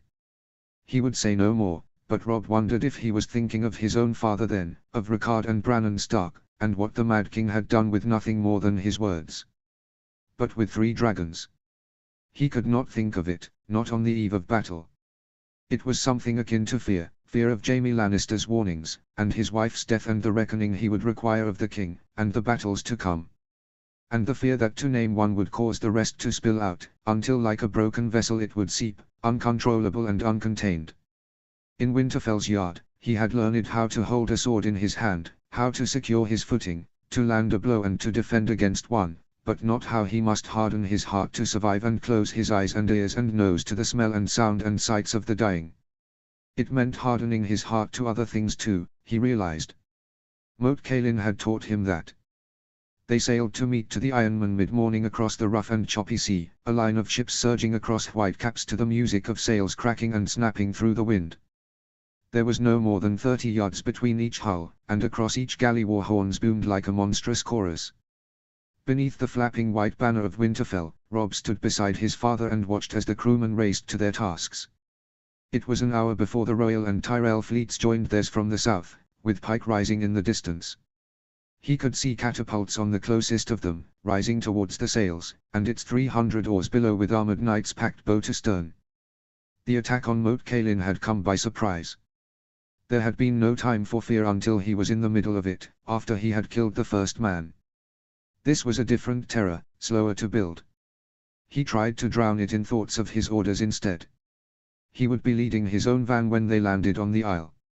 First, they were to take Botley Castle, a stronghold of timber and wattle, where they could safe anchorage and then Lord Sport before they could launch the attack on Pike. They would bring down part of the curtain wall, enough of it to bring their men forward but quickly so they would not bleed under the archers' bows, and fight to the island where the Great Keep stood. It was there the war would be decided, where Greyjoy would bring forward his forces. When it was done, they would sweep up whoever remained in the towers. More war horns sounded as commands drifted from the king's boat, and 1,000 blades dipped into the water to the boom of the oarmasters' drums. Grey Wind smelled something on the wind and joined their song with his howls. Robb began to smile until he heard it, a scream that seemed to drown all other sounds.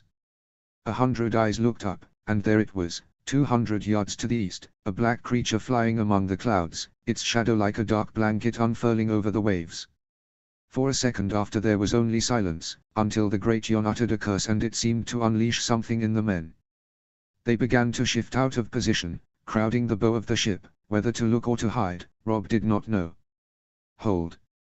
His father roared. Hold! I must be brave. Robb thought. This was no hatchling, no misshapen weakling. Suddenly, he wanted Winterfell more than he had ever wanted anything. He wanted to walk through its halls, eat a meal in the great hall, build a snowman in the yard with his brothers, sleep on his feather bed, hold his son. He was beginning to forget his face. He had admitted that to his father when they were reunited in the neck, and his father had smiled sadly, and told him he only had to look in the mirror to see it. But that wasn't right, not quite. There were things in his son that did not belong to only him. Robb tried not to look at his father now. Instead, he added his voice to the command. Hold. It came out a whisper. Hold. He shouted. It was enough to root the men in their place when the other two dragons appeared, far away enough Robb had to shield his eyes from the sun and squint to see them, but unmistakable, flitting in and out of the clouds, bronze and silver. They circled slowly, making no attempt to move closer nor come down, like lazy vultures over a prey. Hold your positions, more men were shouting now, the words spreading across the ships. And further on, stranger sounds still, something like a song coming from beneath the Targaryen banners.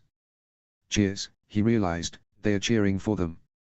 Jaime Lannister had warned them that any man who made an attempt on the lives of the dragons could consider their life forfeit.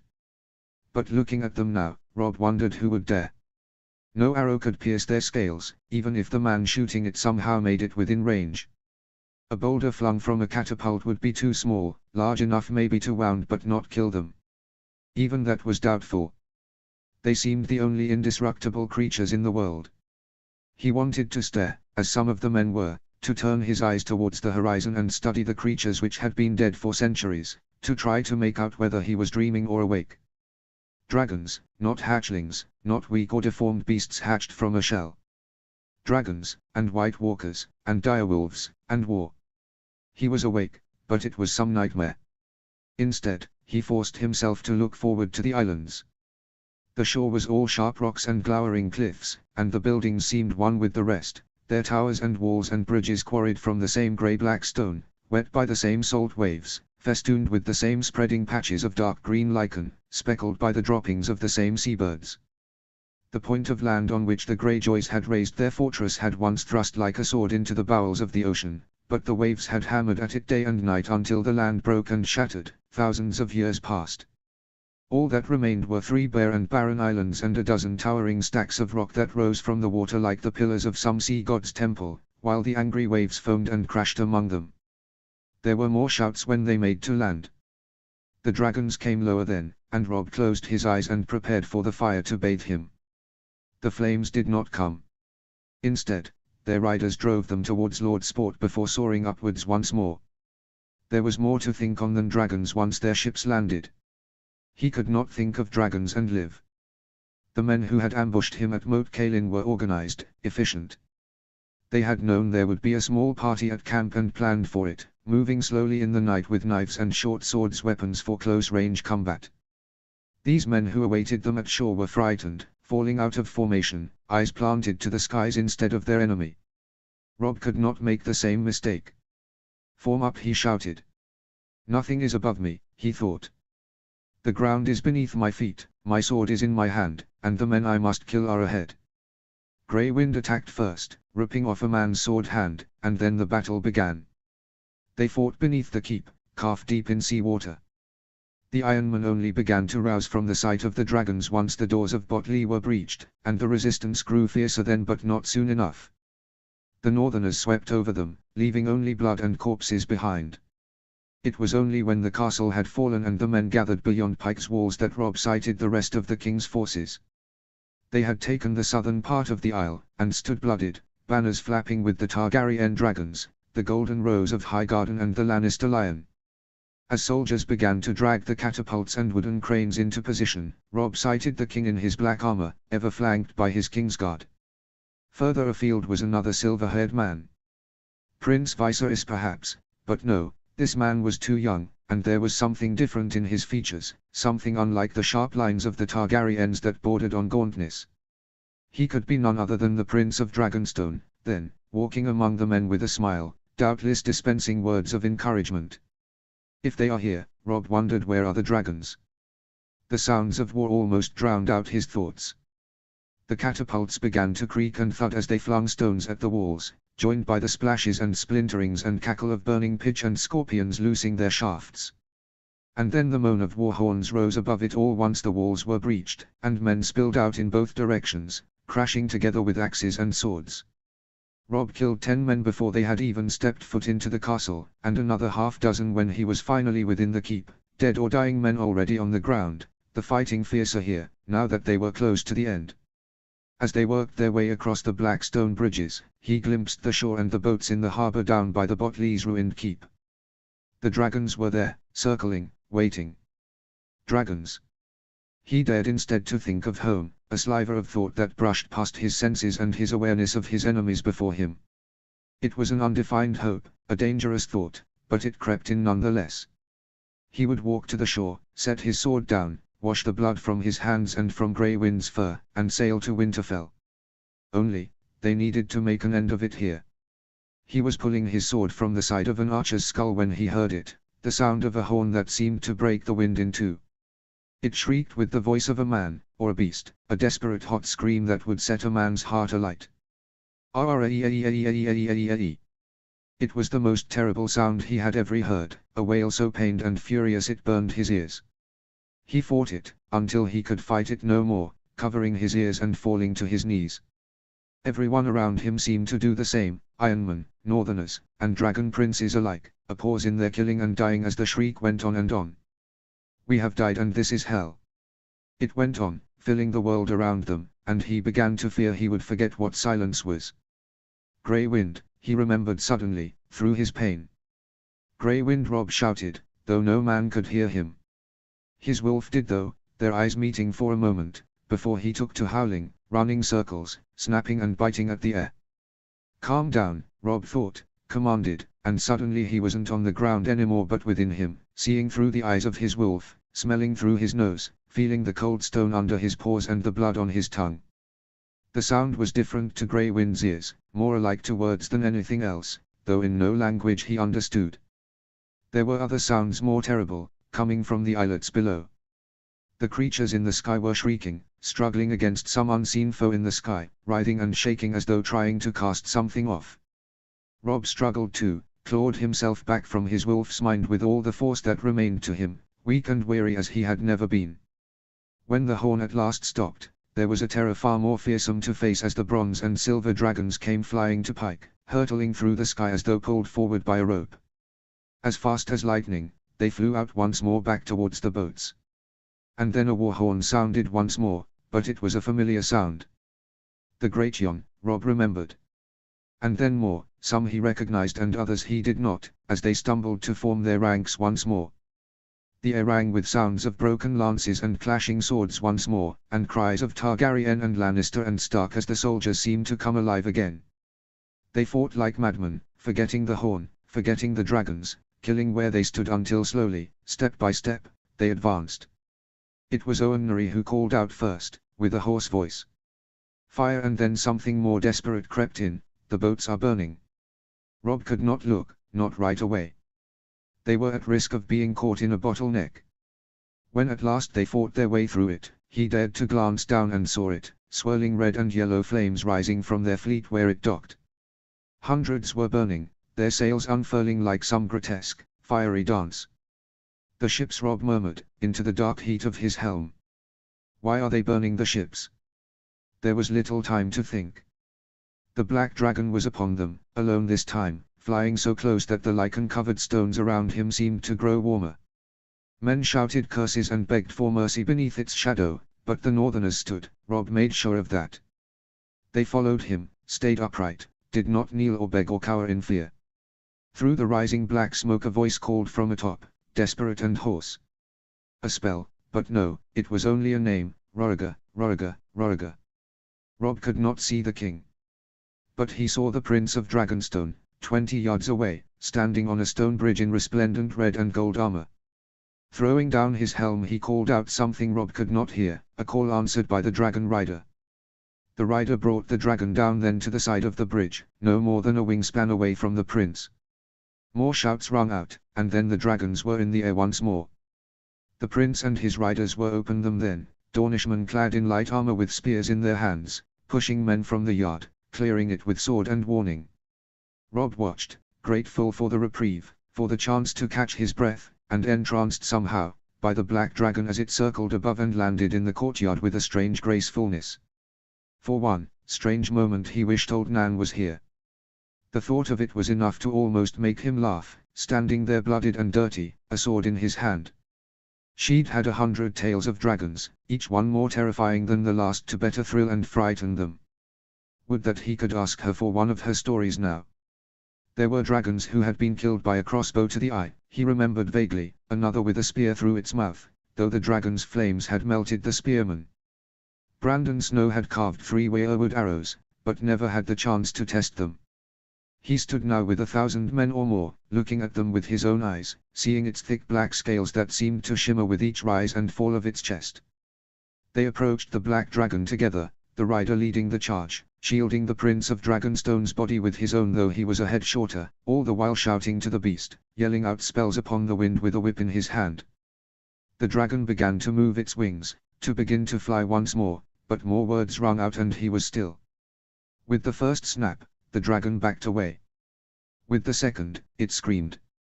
With the third, a great flame burst from its mouth, setting alight the stables and any man or beast that remained within them when the courtyard was cleared. Through the roar, he heard anguished screams and the hungry crackle of flame. The rider shouted a word, leapt onto the dragon's back, and pulled the Prince of Dragonstone along with him. There was nothing graceful to the prince now, it was all desperation and clawing, a clumsy and deadly climb until he too was astride and then they were in the air. Gods be good, he thought, they're all mad. Rob saw enough to see the dragons careening into one another and then he understood. The silver and bronze dragons were taken, the horn had poisoned their minds. Whoever controlled them had taken them to sea, burning the ships to cut off their retreat. But no, Rob suspected, that might have only been incidental.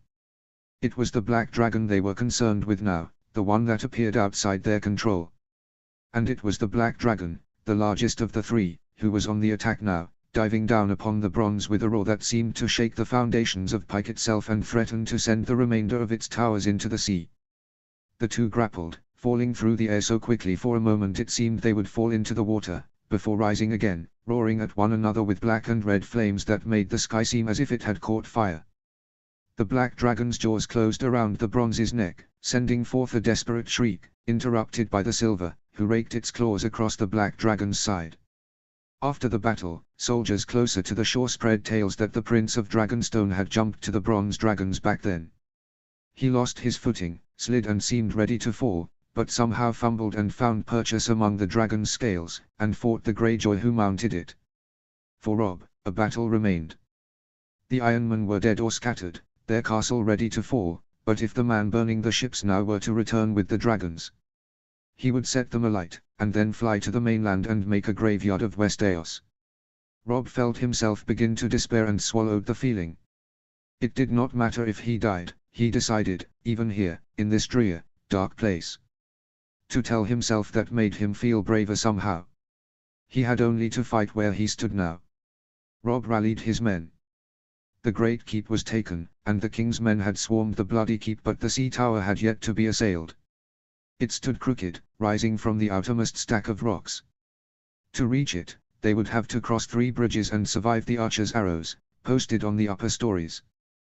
The last of the bridges was made of rope. They might cut it, and leave the Ironmen to their small island, assault it later and bring it down with the siege engines that had made rubble of their watchtower and surrounding wall. If it weren't for the dragons, they might have and lost no men of their own, leaving the Ironmen to die under the stone. But the tide of the battle was turning. Owen Norrie was the first at his side with 20 northerners. Wendell Mondaly came at his second call with 24. "Keep your shields up. We cross now," Rob called out. The first 2 bridges were covered. It was the last where they would have to fear the archers' arrows. Their only hope was to wait at the second, while a smaller force went forward and brought down the tower's grey wooden door. A battering ram could not be brought over the rope bridge. An axe hung at Wendell Mondaly's side. "When we reach the rope bridge, hold your positions. Sir Wendell and I will bring down the door. Once it is down, you charge." His wolf stared up at him, like his men. "Not you, Grey Wind. Sir Wendell was large enough to cover both himself and Rob with a shield as they worked at the door, but Grey Wind would have to stay behind. If we should fall, two of you will take up our places. They moved forward, a wall of northerners.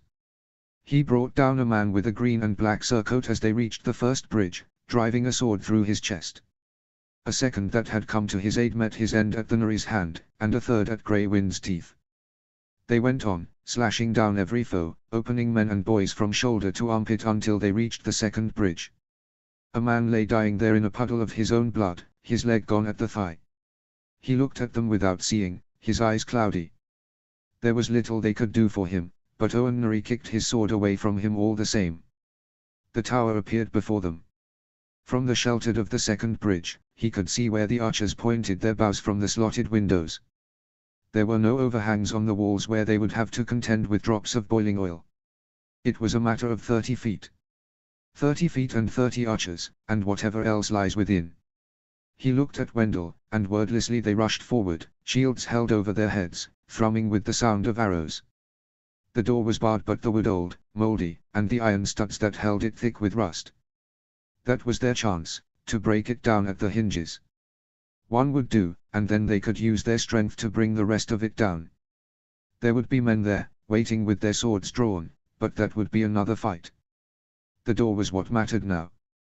He sheathed his sword and took the axe from Sir Wendell's belt, while the knight held up his shield above them.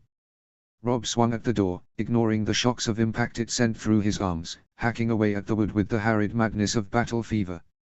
It yielded before him, falling apart into thick splinters at their feet. "Rob!" Sir Wendell called. "Your arm." He looked. An arrow was lodged in his forearm.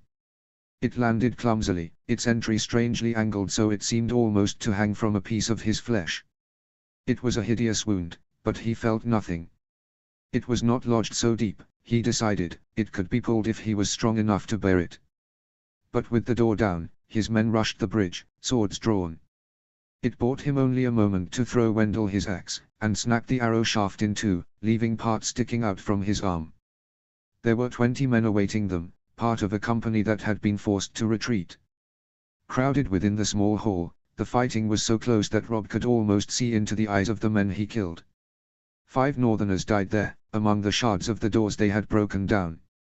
But more of the ironmen were killed, sliced down almost where they stood, Grey Wind's teeth at their throat or a sword in their bellies, or lodged in their skulls. They worked their way up the tower, killing whoever they found. They met a Greyjoy and his guard on the stairs, shouting curses and swearing they would all taste his blade. He had been the hardest foe of all, a fierce fighter taller than Rob and so fast with his blade it left him almost breathless, trying to parry each thrust on beat. They were too few to take prisoners, and when Rob had the chance to sink his sword through his ringmail he took it. The blade bit through the ringmail beneath Greyjoy's arm, and when the man cried out in pain, Grey Wind bit his sword hand and Rob sunk his sword into his side once more until blood welled. They left him there to die, and continued upwards, bathed in blood, and when they on the upper floors they found it. On the floor of Greyjoy's chambers, an overlarge room that looked out to the sea and the burning ships beyond, a man with a shaved head lay dead, his arms covered by rings of gold, jade, and jet. Beside him lay a horn.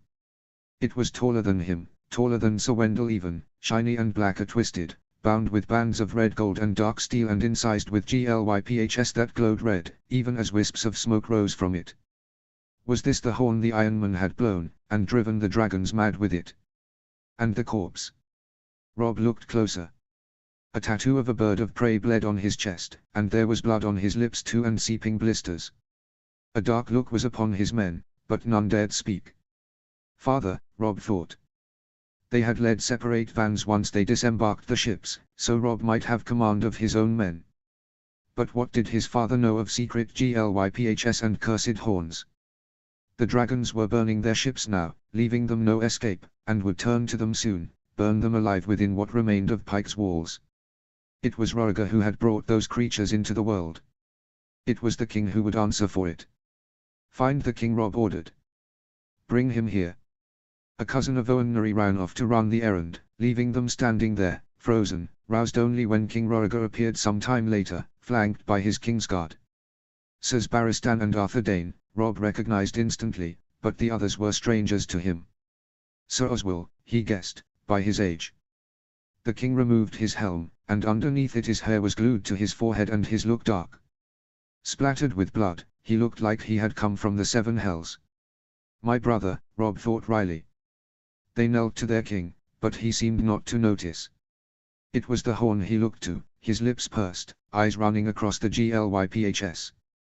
Rob glanced at the Kingsguard, the finest knights in Westeros, their expressions hidden beneath their helms. If their king commanded them, would they lift up the horn and blow it, though the hideous corpse of the last man to put his lips to it lay dead before them? Destroy it, the king murmured, brushing his hair back from his face. Sir Barristan removed his white cloak and draped it over the horn. They all seemed to hold their breaths, their hands on their swords, as the old knight lifted one end of it, as though some new terror would emerge from it. There was nothing. Sir Arthur helped him carry it from the other side, and the king took his leave. At the door, Rhaegar Targaryen turned and seemed to see at Rob for the first time. You should have that arm tended to, the king said, softly. Yes, your grace. Where the king and his men took it, how they destroyed the horn, Rob did not know. He only heard a sighing, standing there in the tower, like some great exhale. The fires burned still, though not so bright now, running out of fuel as the ships turned to ashes. It was the Red Wine Fleet. Rob could tell now that he was calmer, but the sails of the others remained untouched. And when at last they descended as the sun began to set, and walked with weary feet to the yard, to rejoin whatever remained of the armies now that the battles were done, enemies killed or taken prisoner to meet whatever fiery fate awaited them, if need be they heard the rest of it. The dragons had nearly torn each other to pieces. But they had ceased their fighting suddenly, pulled themselves apart with broken wings and bleeding scales, and collapsed on the shore. Dead or dying, some men said. Somehow, Rob knew it was not true. The gods would not be so kind. Notes. Sorry for the delay, everyone. This chapter has been sitting in my files for about a month and has been one of the hardest for me to write. Battle scenes are a big challenge for me, and I had to accept that I'm not GRM and just let it go, no matter how imperfect it is. I thought Rob would be an interesting person to get the dragon's big reveal, as someone who is traumatized and disassociating pretty heavily since Moat Cailin. The shock and awe I think hits differently for someone who is not fully present, and whose effectiveness as a soldier comes from his numbness to his death and the deaths of others. On one hand, I think this detracts a bit from what could have been a more epic chapter written from Dany's POV, for example, of losing control over her non-bonded dragons, taking Aegon on Dragonback, watching him fight Euron Greyjoy as the dragons tried to kill each other, experiencing the horn being destroying, seeing exactly what went on. Was it the horn being destroyed, the dragons fighting the spell, Aegon mounting one of them in the process? But in the end, I chose to portray this disaster from the eyes of an outsider, someone who sees only snippets of what occurs, but enough to know what a danger the dragons, with implications for the future deployment. The use of the dragons here is obviously a massive miscalculation. I will let readers speculate about Aegon's motivations to get them involved in a war that could have been won otherwise. Thank you for all of you who stuck with me through this story, and for everyone who takes the time to comment. Even if it's just a few words, it is so motivating as a writer to see how this story is connecting with you. Chapter 18, Daenerys 9. Notes. See the end of the chapter for notes. Chapter text. Tell him the dragons have awoken. That was what Aegon had said she should do. And she had, though it felt impossible, written to Rob and told him dragons were alive once more, a stilted, short letter that perhaps had not reached him over leagues and battlefields. There were 100 wonders and horrors wrapped up those words, tied to them, things impossible to write. Impossible to say, she'd feared, even in the dark closeness of midnight, when the world seemed small and words whispered seemed like they could remain secrets. But now, Dragonstone seemed only a memory, its grief transformed from a sharp pain that left her breathless to an ache, easy to ignore and put aside in the face of fresher wounds. It was the sound of that horn, it seemed to dull everything around them, take all that she knew about the world and drown it like a rolling wave, or force it down underground, beneath wet dark mud, where the sun could not reach it and its lungs would fill with soil. Daenerys had almost died for the first time then when it first sounded. It pained her ears, but her dragons had raged against it, screamed and shook and roared as though it was working its way inside them somehow, underneath their skin so they could not shake it off. Shadow Tamer had almost thrown her off, or tried to, but the chains around her waist had held them together. In the end, he had held steady, even as his brothers flew off, despite her commands, despite her cries. She almost died a second, third, fourth time. The second was when she'd sought out Roriga, and found Egon instead, and forced Shadow Tamer to take him, not knowing if he would bathe them both in flame. The third was in the air, as her children tried to kill each other, as Egon and Euron Greyjoy fought, and tried to kill one another too. And the last was when it ended, or near enough. She heard nothing, felt nothing, only saw her dragons begin to untangle themselves from one another, and suddenly they seemed familiar to her once more. Egon felt it too, perhaps. Egon. He had watched her dragons for months. He had been the first man to truly see them. And perhaps that had taught him enough to call out the commands she had called out 100 times, enough so that when the dragon, finally roused, turned back to snap at its unwelcome riders, to shake them off like a cat might shake off the rain, Egon held even as Euron Greyjoy fell. But then they were all falling, the water rushing up to meet them, the dragons sapped of their strength. She had pulled at the chains as hard as she could, though her hands were full of blood, though they were hot to the touch now, and in the end they had landed not in the Sunset Sea but on the shore. The impact sent sand and rocks flying around them, pulled Dany out of the saddle with such a force that she thought the chains around her waist would tear her in two. Egon, nothing to hold him down, had been thrown, his body like a doll swung by its legs. He lay there, unmoving among the rocks, alone, until she was able to untangle herself from her saddle and slide off her dragon. Their wounds steamed when they touched the water, sending through the air what looked like wisps of pale fog, long white fingers of the sea. She used the last of her strength to push him from where he'd landed on his side to his back. Under his armor, she could see little of his wounds, but Dany pushed up the visor of his helm, and when she saw his eyes were closed, she pulled the black helm off and held his head in her shaking hands. Egon. I must not sound so frightened, she told herself. Egon, wake up, you must wake up. Dany put her face close to his and could feel the rhythms of his exhales like a warm kiss on her cheek. Fighting above the Sunset Sea, they must have been seen by hundreds, but Dany did not know whether those would be the eyes of friends or foes.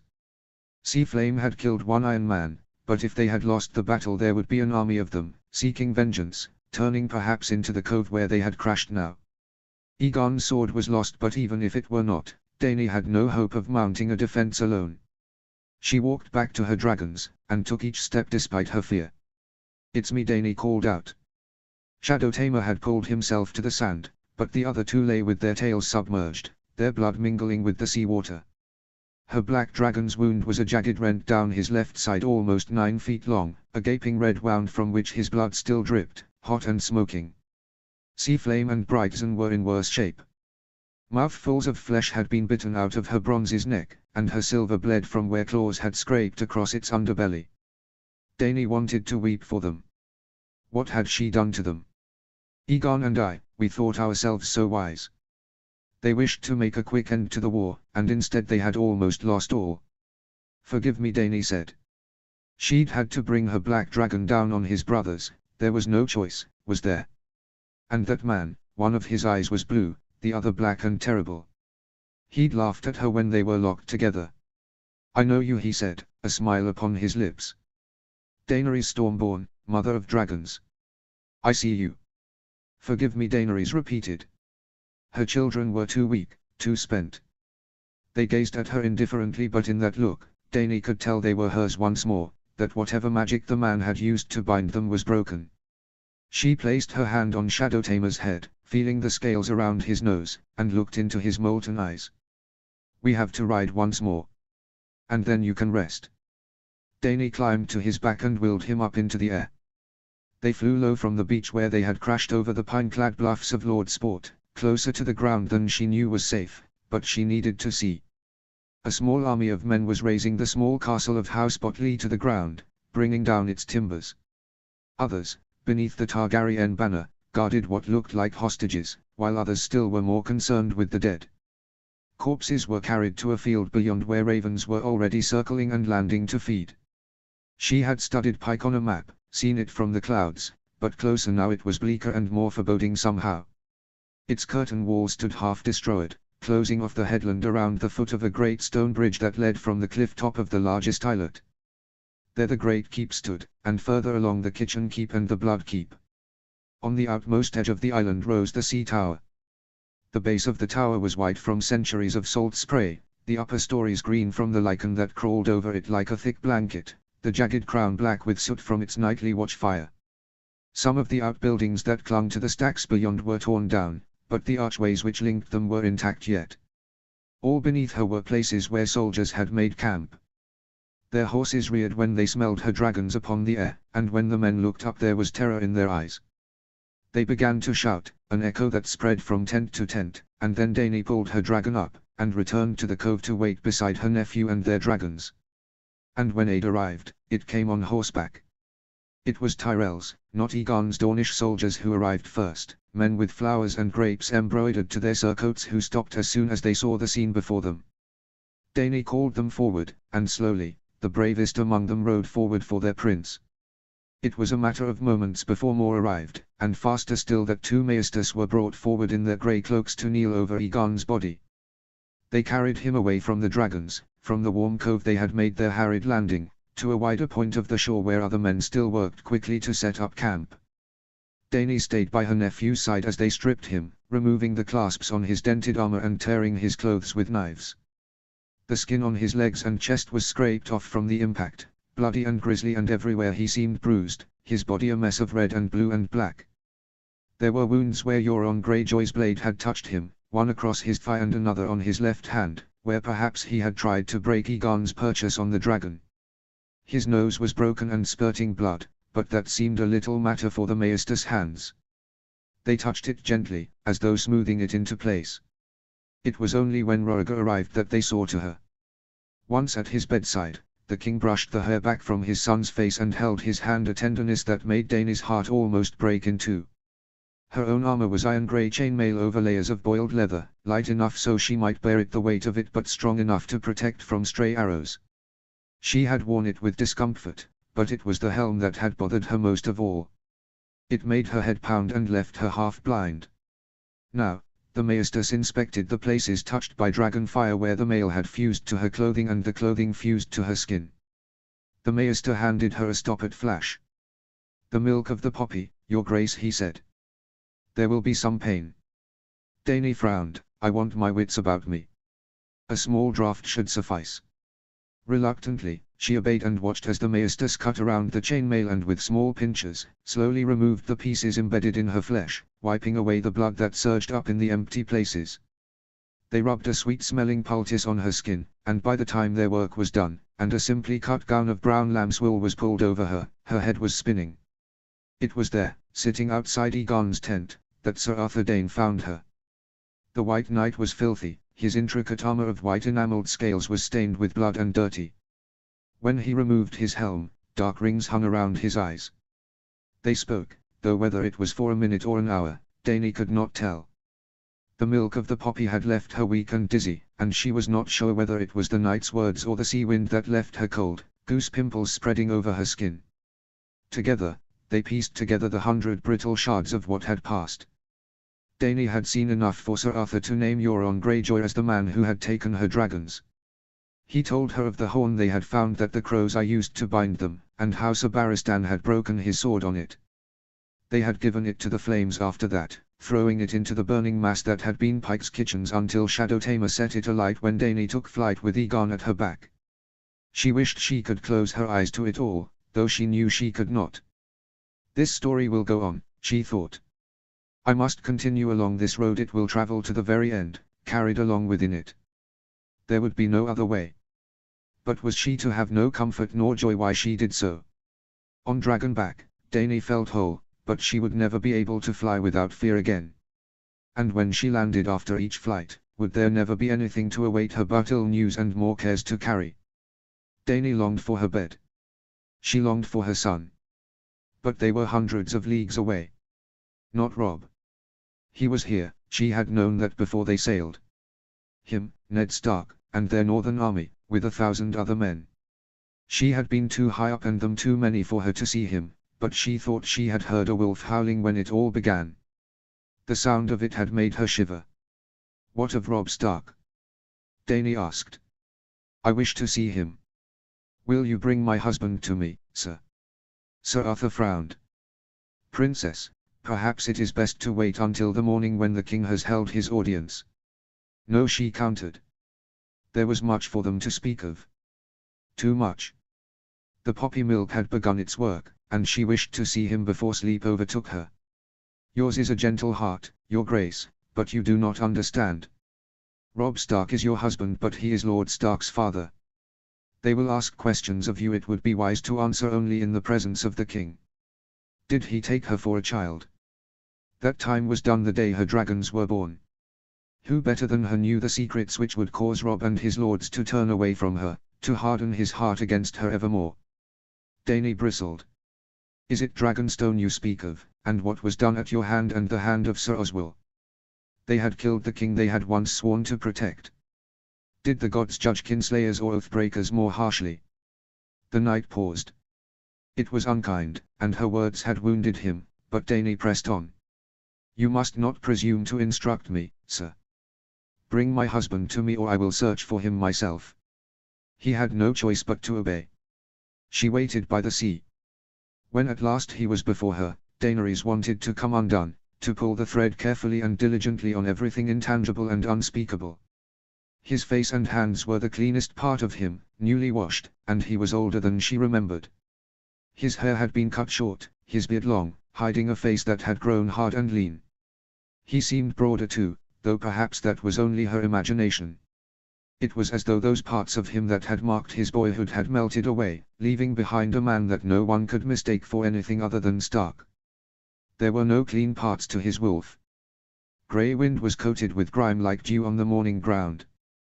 And the wolf had changed too, grown even larger since Dany last saw him, standing taller than a pony now.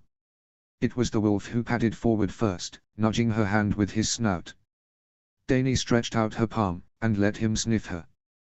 There was a time when she thought she would never be brave enough to touch Grey Wind, afraid that at any moment he might turn wild. She had only been a frightened girl then. Robb moved forward, step by cautious step, and stood so close she could smell the sweat off him. Suddenly, she was aware of the rough spun gown and the way it itched against her skin. It was made for a larger woman, and she felt like an ugly child in it.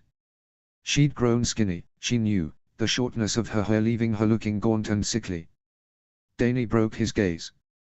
He will not touch me, she thought. But he did.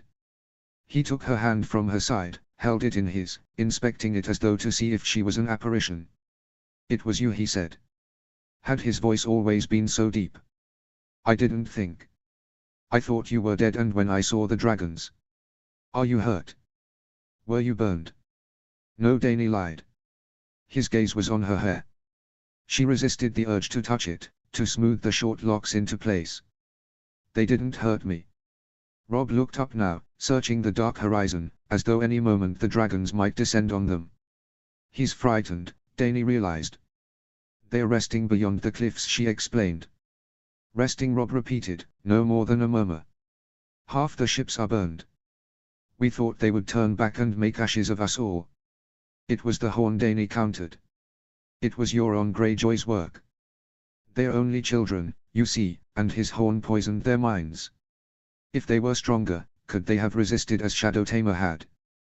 Dany was a poor teacher. She had thought they had learned her commands well, but when they began to slip away from her there had been nothing she could do to shoulder them. Children? He repeated, incredulous. His hand fell from hers. They're not children. They're monsters. Dragons. I wrote to you. I tried to explain. I have had no letter. I was told you were riding down the neck to search for me, and I wrote to you so you might return to Winterfell and to our son, she repeated. Our son. Her heart thumped in her chest. How does he fare? His face seemed to soften then, as though he wished to smile but could not bring himself to. Father said he's walking now. Walking already? Dany breathed. Cregan would not know her, that was for certain. She had been gone too long. Robb did not seem to hear her. Are there only the three? He would learn the truth one way or another. On Dragonstone, there had been no one to answer to. But the High Lords were here, and Roriga would be called to account. Yes. The dragon must have 3 heads. But I am the only rider now. The dragon must have 3 heads. Robb asked, frowning. King Egon and his sisters had 3 dragons. What does that mean? A dragon each for you, Prince Viserys, and the king. No, Dany said quickly. How could she help him understand things she herself did not know? His questions left her breathless and dizzy. Viserys is dead. Her husband was startled. Dead. He died on Dragonstone. There was nothing more she would say. Suddenly her throat felt dry, her tongue thick and clumsy in her mouth. Was it the dragons or the fire? Viserys, Dany thought. Her brother had been the one at fault. The dragons, she said at last. It was a relief when Robb turned away from her and could not see the moisture gathering in the corners of her eyes. He stood staring out into the sea, watching the moon and the stars, his face as still as the pool at the heart of Winterfell's Godswood. When he turned to her at last, his voice was tired. The battle is over. We only have to discuss the peace terms, and we can sail back to Seaguard and march north through the Neck, he said. You belong in Winterfell. It was as though she was a child being comforted after waking from a nightmare. It's over, he seemed to say, we can forget it ever happened and everything will be as it was. It's not so simple. Wherever I go, my dragons go. They are mine. They had been born from her faith and her need, given life by the death of her father and the destruction of Dragonstone. Dany had walked into the flames as they began to shake off their stone cage, and they had soared together above the dragonment as her ancestors had done before. I heard the horn, he said, his voice thick with despair. I saw the dragons fly to the tower, and when they returned to sea, I saw them tear into one another and then fall to the sea. You lived. What of the next time? And the time after that? Dany touched her husband's arm, and urged him to look at her once more. She was so heartsick and weary she could hardly stand. She wanted to fall into his arms. She wanted him to stand before her, with his arms wrapped around her on this cold and dark shore, and his mouth kissing her neck. They were foolish thoughts. Her dragons lay wounded, her nephew broken, and dreaming of kisses would not help her. Is that what you fear? She asked softly. Yes. As should you. At their feet, Grey Wind sat on his haunches and yelped at the wind. Robb seemed to sense whatever his wolf did, and turned his head to the darkness. There's something there, beyond the turn, he said quietly. Men and something else. They soon had their answer. It was Sir Barristan in his white cloak at the head of a small herd of goats, led along by his squires. Meat for her dragons. I must go, Dany said quietly. Her husband seemed to understand. You must see to the dragons. Dany nodded.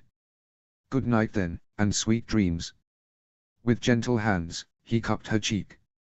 Their breaths mingled, and it seemed as though he might kiss her but for the roar that came upon the wind. Robb pulled his hand back to his side. It was her children, and they could not wait. Good night. She watched as Robb Stark and his wolf walked away in darkness. The goats had been found behind Botley Keep, somehow spared from the carnage, and split their throats. Dany dragged them to her dragons, placing them so close to their heads there was little for them to do but open their mouths and take them. To her relief, they ate. Once alone, she bedded down with her dragons, sleeping on blankets on the cold shore beside them.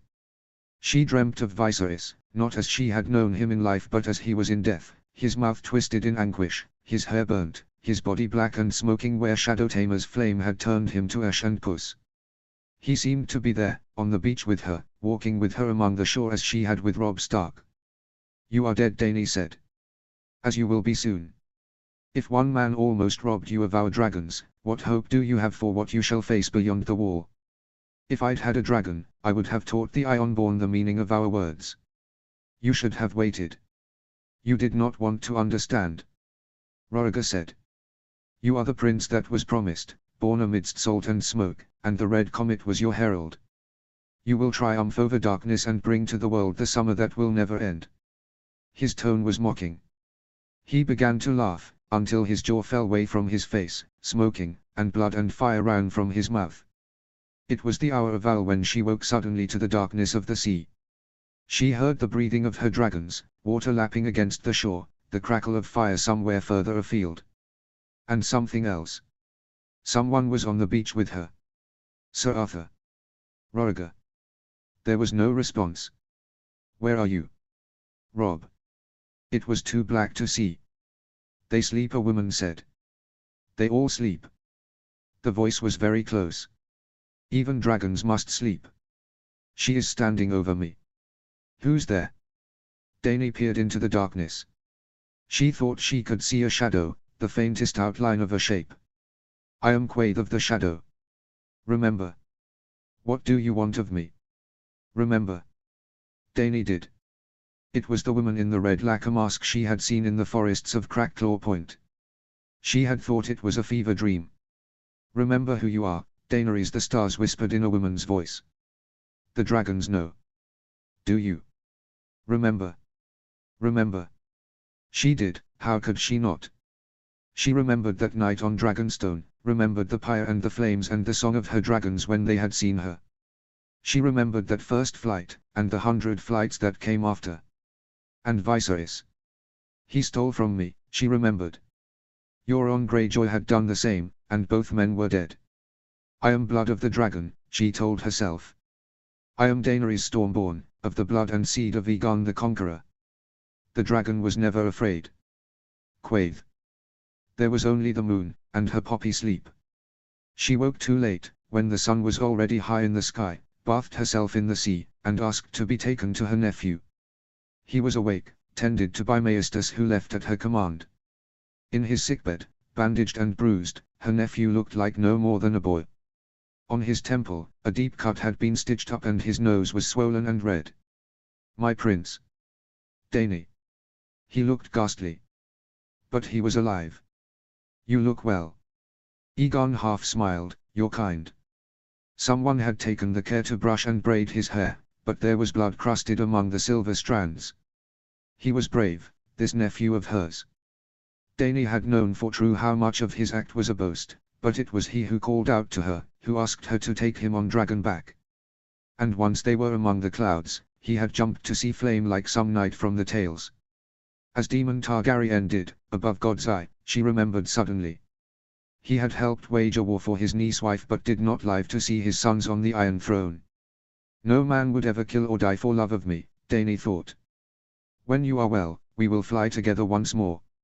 In the morning, it all seemed clearer somehow. Shadow Tamer had been the only one of the dragons to resist the music of the horn. He was the largest and fiercest of her children, and he was the only one with a rider. The dragon must have 3 heads. They had known that from the start, but they had been cautious where they should have been bold. Viserys had tried to take what could not be his. Perhaps none of her dragons would have withstood him. He was a fool, and fools do foolish things. But not her nephew. Aegon scoffed. You will need to tie me to your waist. No. You will have a saddle of your own. Aegon, you have flown already. Remember. It was Euron Greyjoy that was cast off, not you. You remained on Sea Flame's back until the end. My grip was stronger. No. Not by enough that it would have mattered. Greyjoy was only able to bind them by magic, and when their magic was broken, they would not abide him.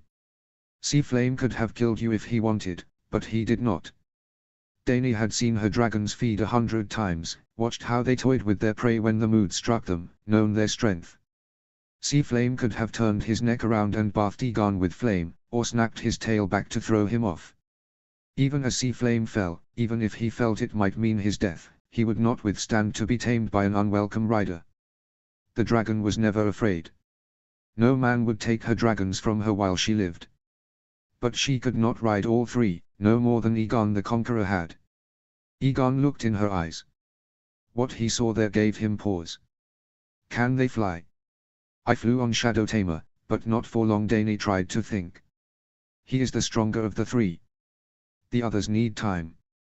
When the dragons last danced and the king's dragon, Sunfi, was injured, he remained in the fields where the battle was fought, crawling through the ashes on his belly. Aegon said quietly. Dany knew the tale.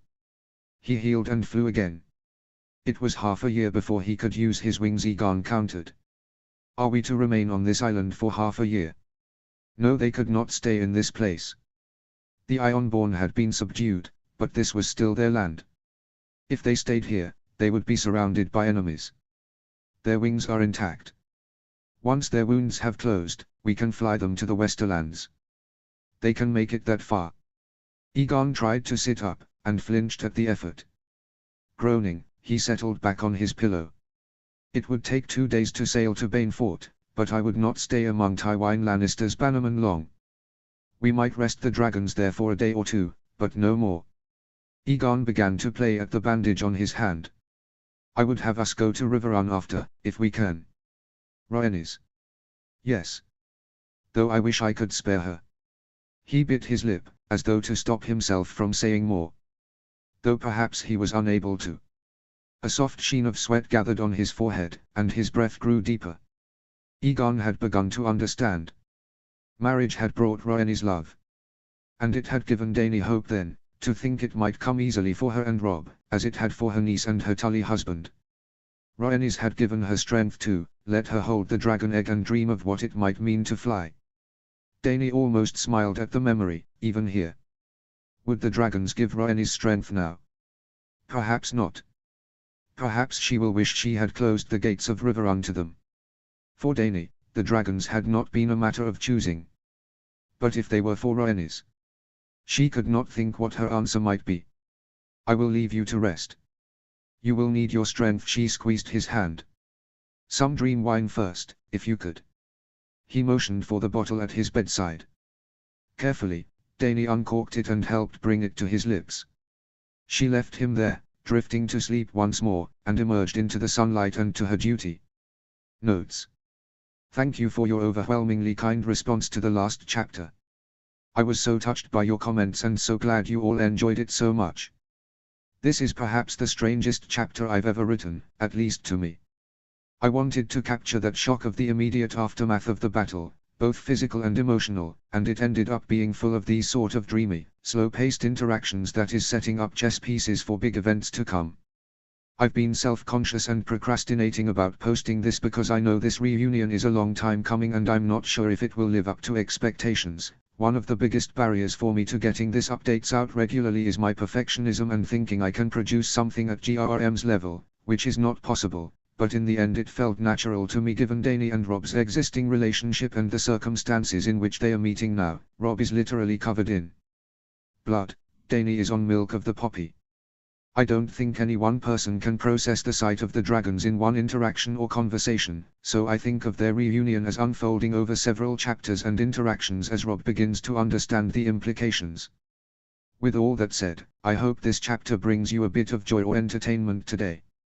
I've said this before, but as a writer this story has given me so much happiness and strangely enough emotional support through this last year, and I am so grateful to you all for reading and engaging with me. Chapter 19, Interlude, Robb. Notes. See the end of the chapter for notes. Chapter text.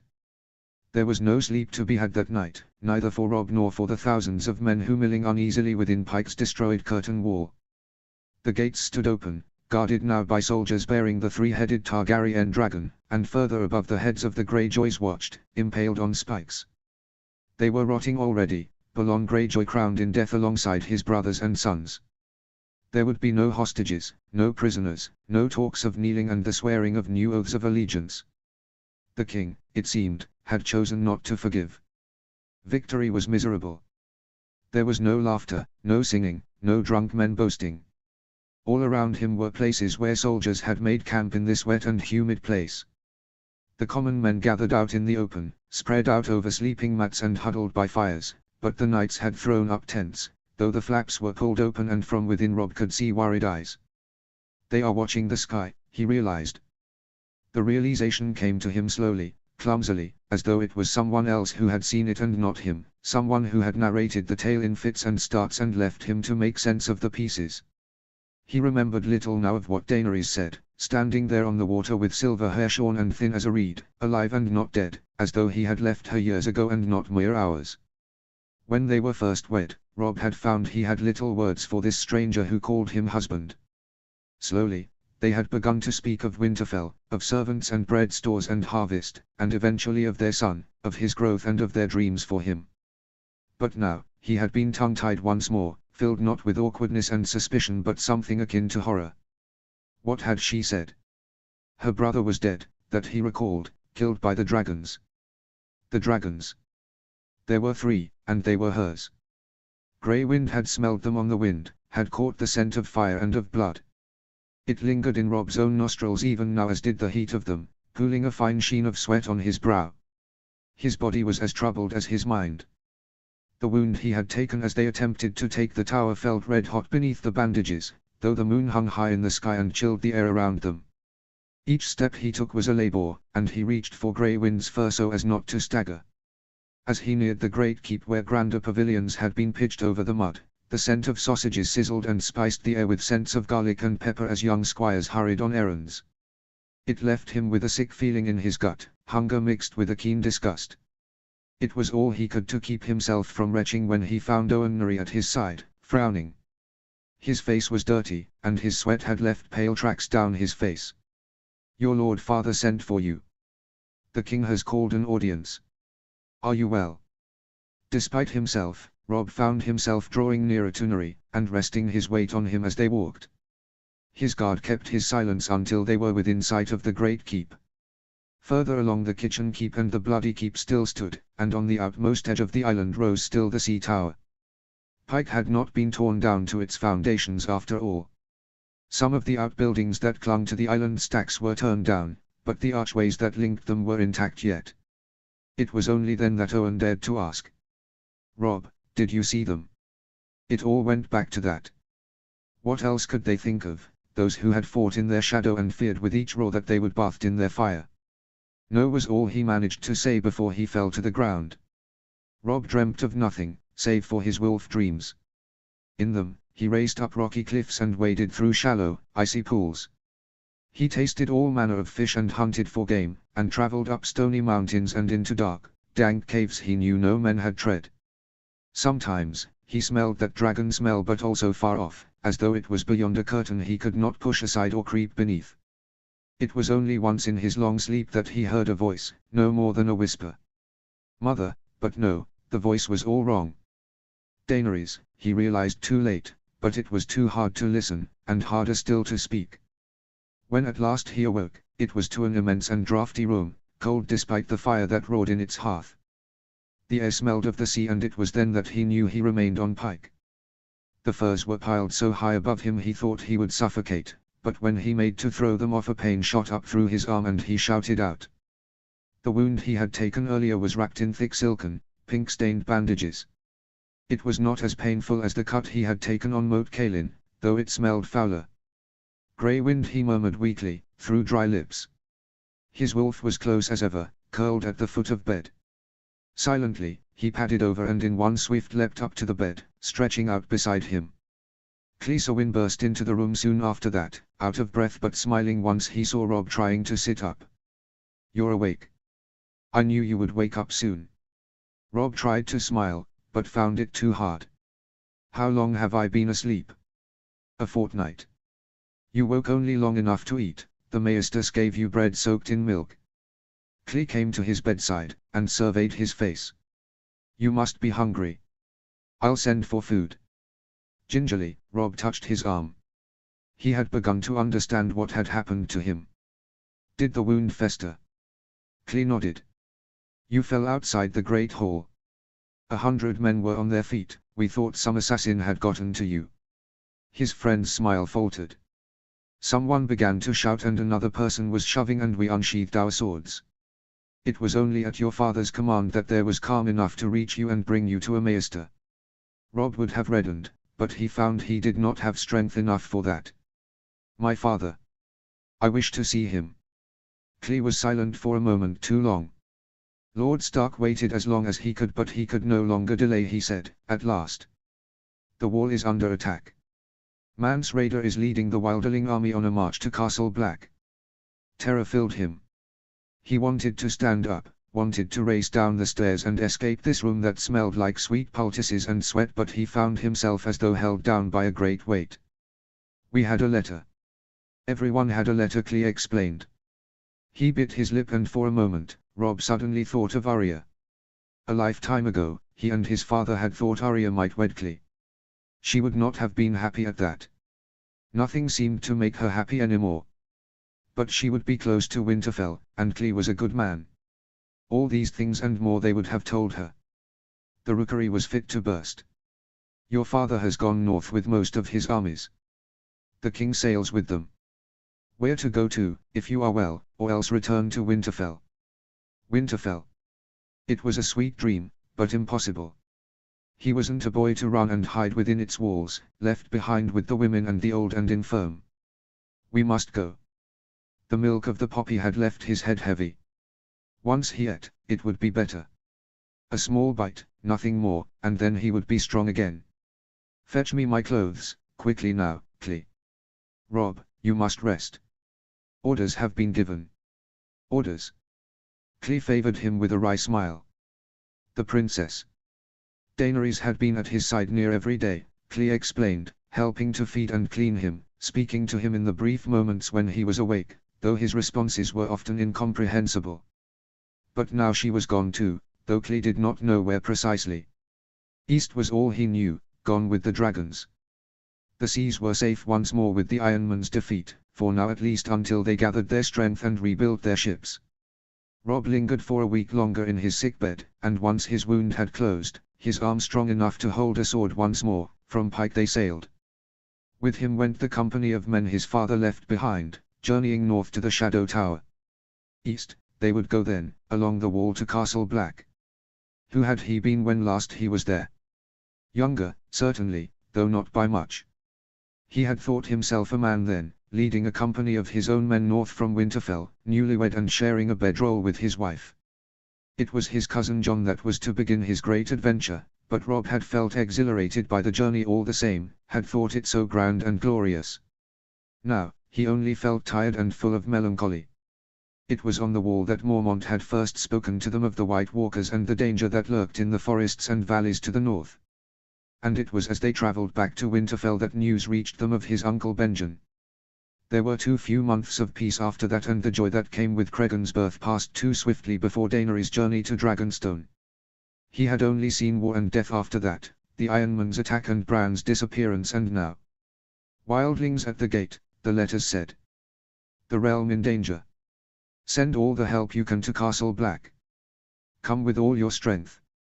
That strength was the North, the host that his father had led to Pike and which was returning home now, not as victors but soldiers yet, to fight more battles, to kill and die at the very edge of the world. The strength was the Iron Throne, though the king had not called his full numbers. In Rob's presence, the men said little, but he felt their confusion and anger all the same. Only a portion of the Targaryen fleet had gone north, the greater of their numbers returned to King's Landing, and another force, he'd heard, had sailed east and landed in Banefort. It was dark when they docked, the sky so dark he could make out nothing but the glow of torches that shone dimly, battling the night for light, and fading at its advance. The wind whipped hard around them as their breath melted in the black gloom. He had stood on the wall and looked out to that wild. And the hour had come when he would face it once more, not knowing if it was wildlings he would face but other darker things. Rob searched for the moon but found nothing, only blackness. It was there though, he reminded himself. Perhaps the night was brighter in Winterfell, and there it cast its light where his mother could see, where little Rickon and Cregan were safe, listening to old Nan's stories by the hearth, eyes closing as they fought off sleep.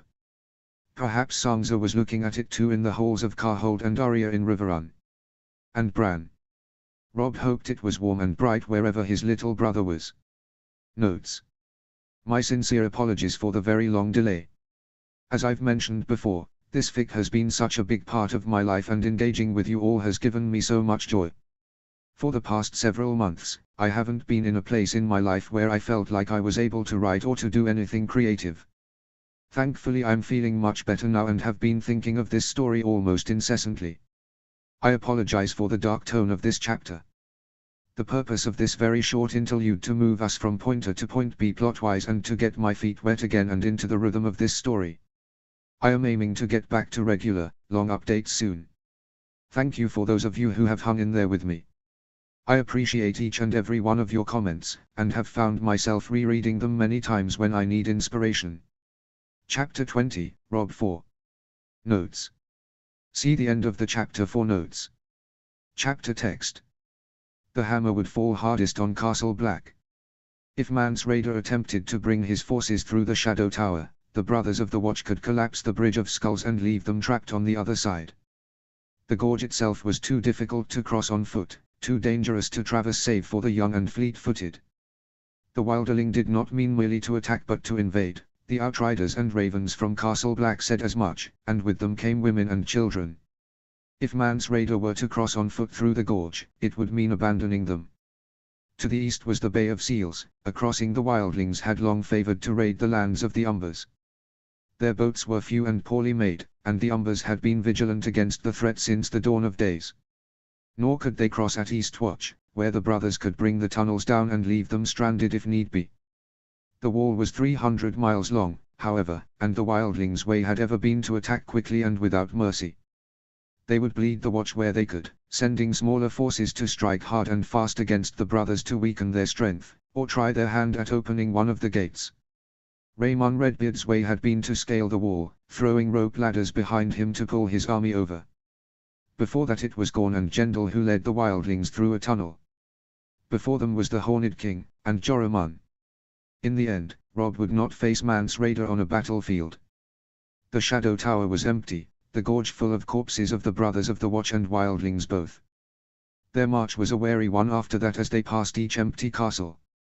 To their left rose the wall, immense, forbidding, frigid, shining queerly and seemingly changing from dawn to dusk. Everywhere there were signs of the armies that had passed before them, but they were a fortnight behind and no matter how fast they spurred on, they could not catch up to them. Rob feared they had come too late. There was no night worse than the one they spent in the Night Fort.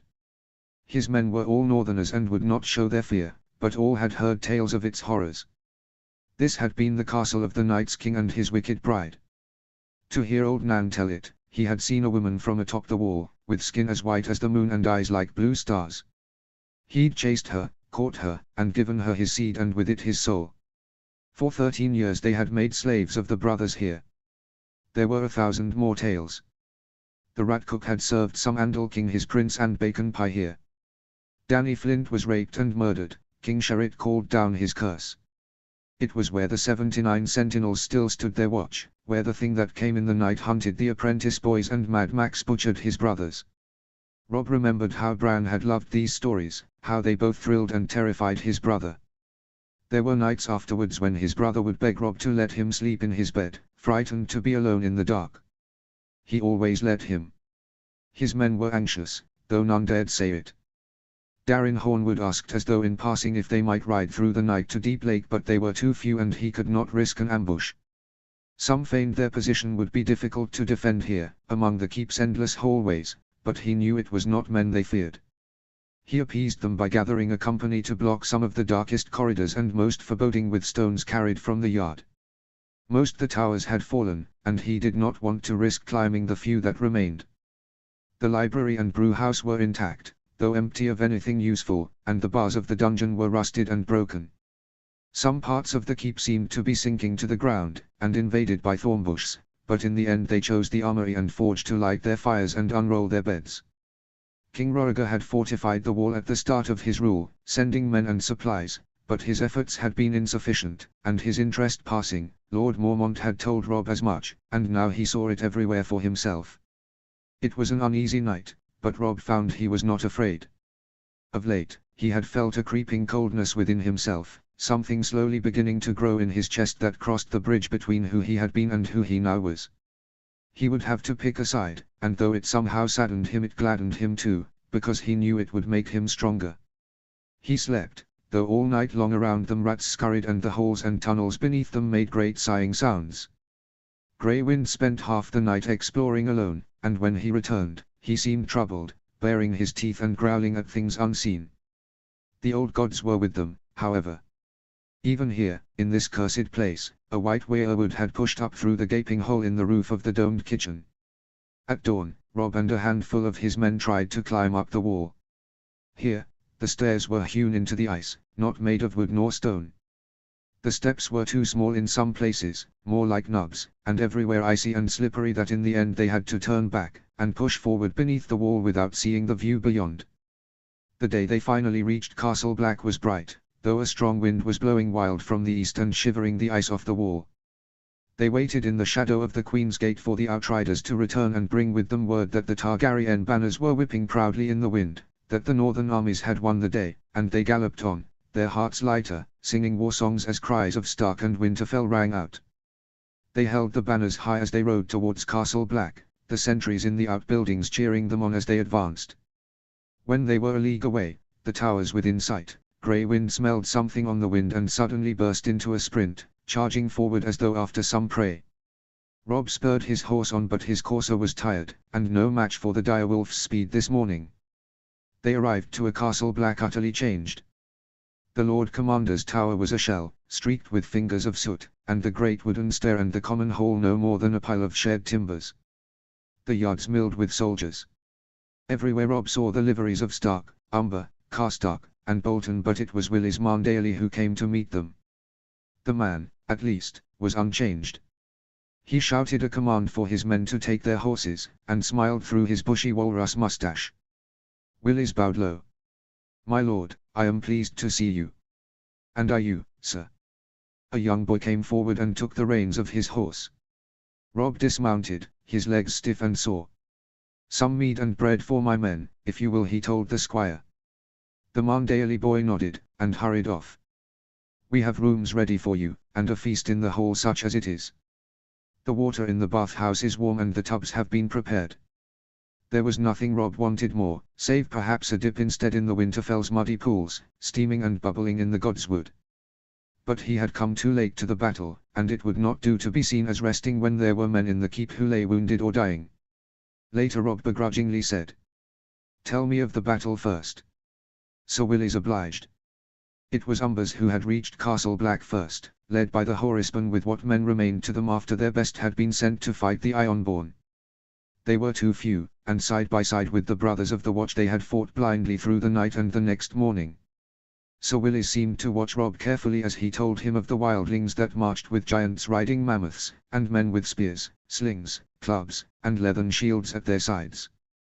They broke through the gate, Salvation coming in a desperate attack that ended in the tunnel blocked up, and the Watch winning the day. The battle continued for days, at Castle Black and at the Bridge of Skulls where the brothers had 100 men in its defense. Some Karstarks had arrived on the third day, among them Harry on who Sir Willis said awaited Robb. He had no stomach to speak to the man who lost his brother now. It was then that the wildlings constructed a crude turtle to breach the gate, turning a hull upside down and opening it fore and aft to protect them from fire arrows. That too was crushed when the brothers pushed barrels full of crushed rock submerged in frozen water off the wall, splintering the front and sending the wildlings beneath it scattering. The wildlings had not counted on a swift victory on pike. They had not counted on dragons. The beasts had made a mess of things, but so had the Ironborn, putting their full strength forward on the Isle, casting their tokens on Euron Greyjoy and his dragon horn. The victory was as decisive on the wall. His father's army and the king's men arrived on the 6th day, and though the wildlings had the numbers, the northerners flanked their mammoths and forced them into a loose pursuit. The king beyond the wall was captured, and his father had ridden out this morning to ride down any who had fled, or gathered in the woods for another attack. The rest of the tale was harder to hear. Sir Willis walked carefully around it, and when it was over Robb understood why this man had been sent to greet him, ever formal and polite. He told him of the tales the brothers had brought back of great ranging, and the attack they suffered on their camp at the Fist of the First Men. When Willis said whites, he pulled hard at his moustache. They had lost the battle, lost their men, and marched back to a village. The story became less clear here, but Lord Mormont had been killed in some mutiny and the rest of the men marched back to Castle Black. The brothers were 8 days into their choosing now, and soon a new Lord Commander would emerge. Lord Mormont had spoken to him of the Whites 2 years past, and tales had reached Winterfell of how Jon had slain one. He and his father both had locked that warning away, half believing and distracted, their swords and minds turned towards battle with the living men. But now, the wildlings were fleeing, he realized with a pang. This was no invasion like in the days of old, no mad attack meant against their enemies south of the wall. It was the dead that had chased them. Would those skeletons continue to sweep south? Would the whites continue to come, rising from their ancient graves to turn out the lights from their eyes? Death held no fear for him anymore, he reminded himself. If he must, he would do as his forefathers had done, look across the wretched armies of the death and refuse to yield. The tale only got stranger then. His cousin John was in Castle Black now, alive, for he had left to accompany a scouting party into the mountains with a ranger they named Khor in half-hand. As far as some of the brothers told the tale, John had killed the man, turned his cloak and ran away with a wilderling girl to join Mance Rayder's army. It was enough to stop Rob in his tracks. "John is no oath-breaker," Rob said, anger in his tones. "It is a lie." Sir Willis only nodded, and carried on with the tale. Whatever happened in the wild, John returned to the wall, injured and alone, to warn his brothers of the king beyond the wall's attack. Then he is no craven. He felt his face reddening. He would not have come back to the wall to save the others if he was. Rob had not meant to let his anger out on Willis, but he found he could not help it. The knight nodded. "Many of the men are of the same mind as you." They said their farewell soon after, Rob anxious to speak to his father, to speak to John. He went down the tunnel, as he had on that crisp and cold day before when he rode out with John to pray in the Weirwood Grove. He felt the cold around him, the weight of all the ice above his head, and breathed deep when at last he was through the outer gate and stood beneath the slate-grey sky. The killing lands were desolate, all scorched weeds and hardened pitch. 100 yards from the wall, the wilderling captives had been confined to a ring of ditches, sharpened stakes, and high wooden fences. To his left were 3 great fire pits, where corpses were burning. All around were traces of the battle he had missed, a torn hide that might have been part of a tent, the wheel of a chariot, a broken spear. There, at the edge of the haunted forest, Rob waited for his father. It was no more than an hour before he heard the sound of hoofbeats and the thunder of drums, and a rush of men and horses galloped out of the wood. Among them was the great Jon, Major Sawin, Galbart Glover and Ricard Carstark. At Ned Stark's command, they swept forward with their men, but his father circled back around with a handful of guards and dismounted before Rob. "I have been sick with worry," father said, when his men had fallen back and they could speak freely. "But the gods have heard my prayers. You look well, Rob. There is color back in your face." "I'm better, though I'm sorry to have come so late." His father placed a hand on his shoulder as they walked, pulling him into half of an embrace. "Well, I'm glad of it. You need the rest. I would send you back to Winterfell if I could. Your mother would be glad of it." He half smiled, "But it is good for you to be here so the men might know you better and heed your command and counsel." Patches of snow crunched beneath their feet, and their breath steamed before them. It was cold, and only growing colder. The forest loomed around them, a canopy of green wild that seemed even now as dark as dusk. What rustled there, in the underbrush? What wove its path between rocks and puddles, past the great oaks and grey-green sentinels, and black-barked ironwoods? "Has there been any word of Uncle Benjen?" Rob asked. And Bran? He found he did not have the heart to ask of his brother. No, there was sadness in his father's voice. It was only then that Rob realized how long he had held on to the hope that his uncle was still alive. Standing here, however, looking out at the great wild beyond and the wall behind them, the sinking feeling began to grow in his heart that Benjen was dead. Never again would they sit around a hearth in Winterfell, badgering him to tell them stories of his rangings. The thought of him dying alone in the cold left Rob with a sadness too deep for words. He could not speak of it any longer, and there were other matters that weighed heavy on him still. "Willis Marndaly told me of all I've missed. He told me about John," he said. "John turned his cloak. There's some wilderling woman. He said John betrayed the watch." Saying it now made the tale sound even stranger. He could not believe it, he wouldn't. Father turned and looked out across the battlefield. "That is one tale." There was a grim cast to his eyes. "It can't be true. Some of the brothers believe it. Those who do are calling for his punishment."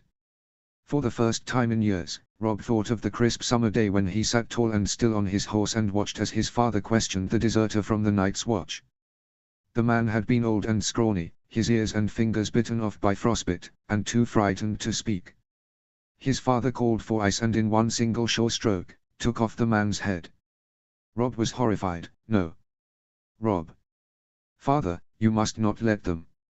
He frowned. I know you love your cousin well, but the Night's Watch is pledged to take no part in the quarrels of the realm, and in turn House Stark does not meddle in their squabbles. Squabbles? Rob asked, incredulous. The wall stands because the men have held true to their vows and remained at their posts. If we take part in their matters needlessly, do not think they will not remember. And when the day comes when the Watch is strong once more, they may choose to march south and not north. His father added, more softly now, your anger will make things worse for Jon. The king, his father, is here with his knights. We his kin are here, and with us the lords of the north. No one will harm him. His father's tone brooked no argument and Rob at last fell silent. We ride on a dangerous road now, father continued. Mance Rayder is captured, but not killed, and the question remains of what to do with him and his people. The king thinks on it still, but he has begun to ask after the gift. He means to settle them there. They must be dealt with, he says, though he doesn't seem in a hurry to do any dealing. He is locked in the Maester's tower poring over tomes, as he has been since the battle was won. Father said evenly. We can reach him yet, I believe. He must know he cannot do what he did on Pike. He cannot cut off the head of this snake. The wildlings will keep coming south, whether the king beyond the wall leads them or not. House Stark had been forced to give up the new gift, 25 leagues granted to the Night's Watch when the Targaryens forced Lord Alaric's hand. It was one matter that the lands had been given to the Watch in perpetuity. It was another to think that the wildlings might be let through, that the king might allow the north to be flooded with savages. What shall you advise him? For a moment, he was silent. What say you? What we do here will not only for this winter, or for a few seasons after, or even until I am in the crypts beside my father, and you beside me. We cannot know what your children's fates will be, or their children after them. But we can prepare their way. Rob did not fear his judgment, but he was suddenly a boy once more, hoping he might please him. But he was a man now, and he would not rush to a hasty judgment or appear to be indecisive. I need to learn more of the battles. I must speak to the men who led the vans and to the brothers of the Watch who were in command. And Jon. If he traveled with the wildlings he might know of their plans and movements, Rob admitted. But winter is coming and the keeps the Ironborn attacked must be rebuilt. The lands of the Gift are thin and stony and the wildlings know nothing of harvest. They will starve and keeping coming south. That would mean war with the mountain clans and the Umbers. And war with Winterfell. It would mean death for us all in the winter. His father studied him, and the wildlings. What would you do with them? He looked over his shoulder at where the wildlings were encircled and back again at the forest. How many were still out there, moving slowly south? The wind shifted around them. The haunted forest came to life. The cold air set the leaves to rustling and the trees seemed to press closer around them as though to swallow them whole, or trap them between forest and wall. It felt suddenly colder too, and he pulled his hood up around his face. The forest seemed to brood around them. One day, they would fight, here at the foot of this unfriendly world. The wildlings who emerged from here, behind thicket and brush, were smashed with no choice but to yield, or fly again into the wilderness. The dead, though, would not flee for they had nothing to fear. We are not yet at the point of despair, father said, softly. Rob made himself smile. He felt stronger somehow when he was alone. To know that the men around him looked only to him, that if he showed weakness the fear would be in them too, it had held him together. It was too easy around his father to play the boy again, to seek his comfort and embrace. Instead, they parted after a few more of the battle and the state of the castle. Hunger coiled in his belly, and he took the long walk back to Castle Black as the snow drifted down around him. There was one matter then remained before at last he could rest. Rob found his cousin outside the armory, watching some men practicing their drills. The clash of swords filled the air. At his side was one of the brothers of the Watch, a large man with a moon-shaped face and dark hair, balancing in his hands a stack of scrolls. They were speaking fast, and quietly, but when Jon saw him, the man smiled awkwardly and retreated. He wanted to run to him, to embrace him as though they were boys once more, but they were no longer in Winterfell. Jon was a man of the watch now. He had taken his vows and sworn to put aside his old family. Their wolves were circling each other, sniffing at one another as Grey Wind yelped excitedly into the air. Ghost broke off from Grey Wind and padded silently over to Robb, rubbing against his legs. Kneeling, he hugged the wolf and scratched behind his ear. When he pulled back, Jon stood over them. He saw for the first time how his cousin has changed. Jon was bearded now and his face scarred, torn apart around his eye as though clawed. His cousin held himself up awkwardly, as though suffering some unseen injury. "You're late, Stark." Robb grinned. "You said you would keep the wall safe for me and I might as well take up needlework with the girls. I thought I might try at it." Jon's face spread into a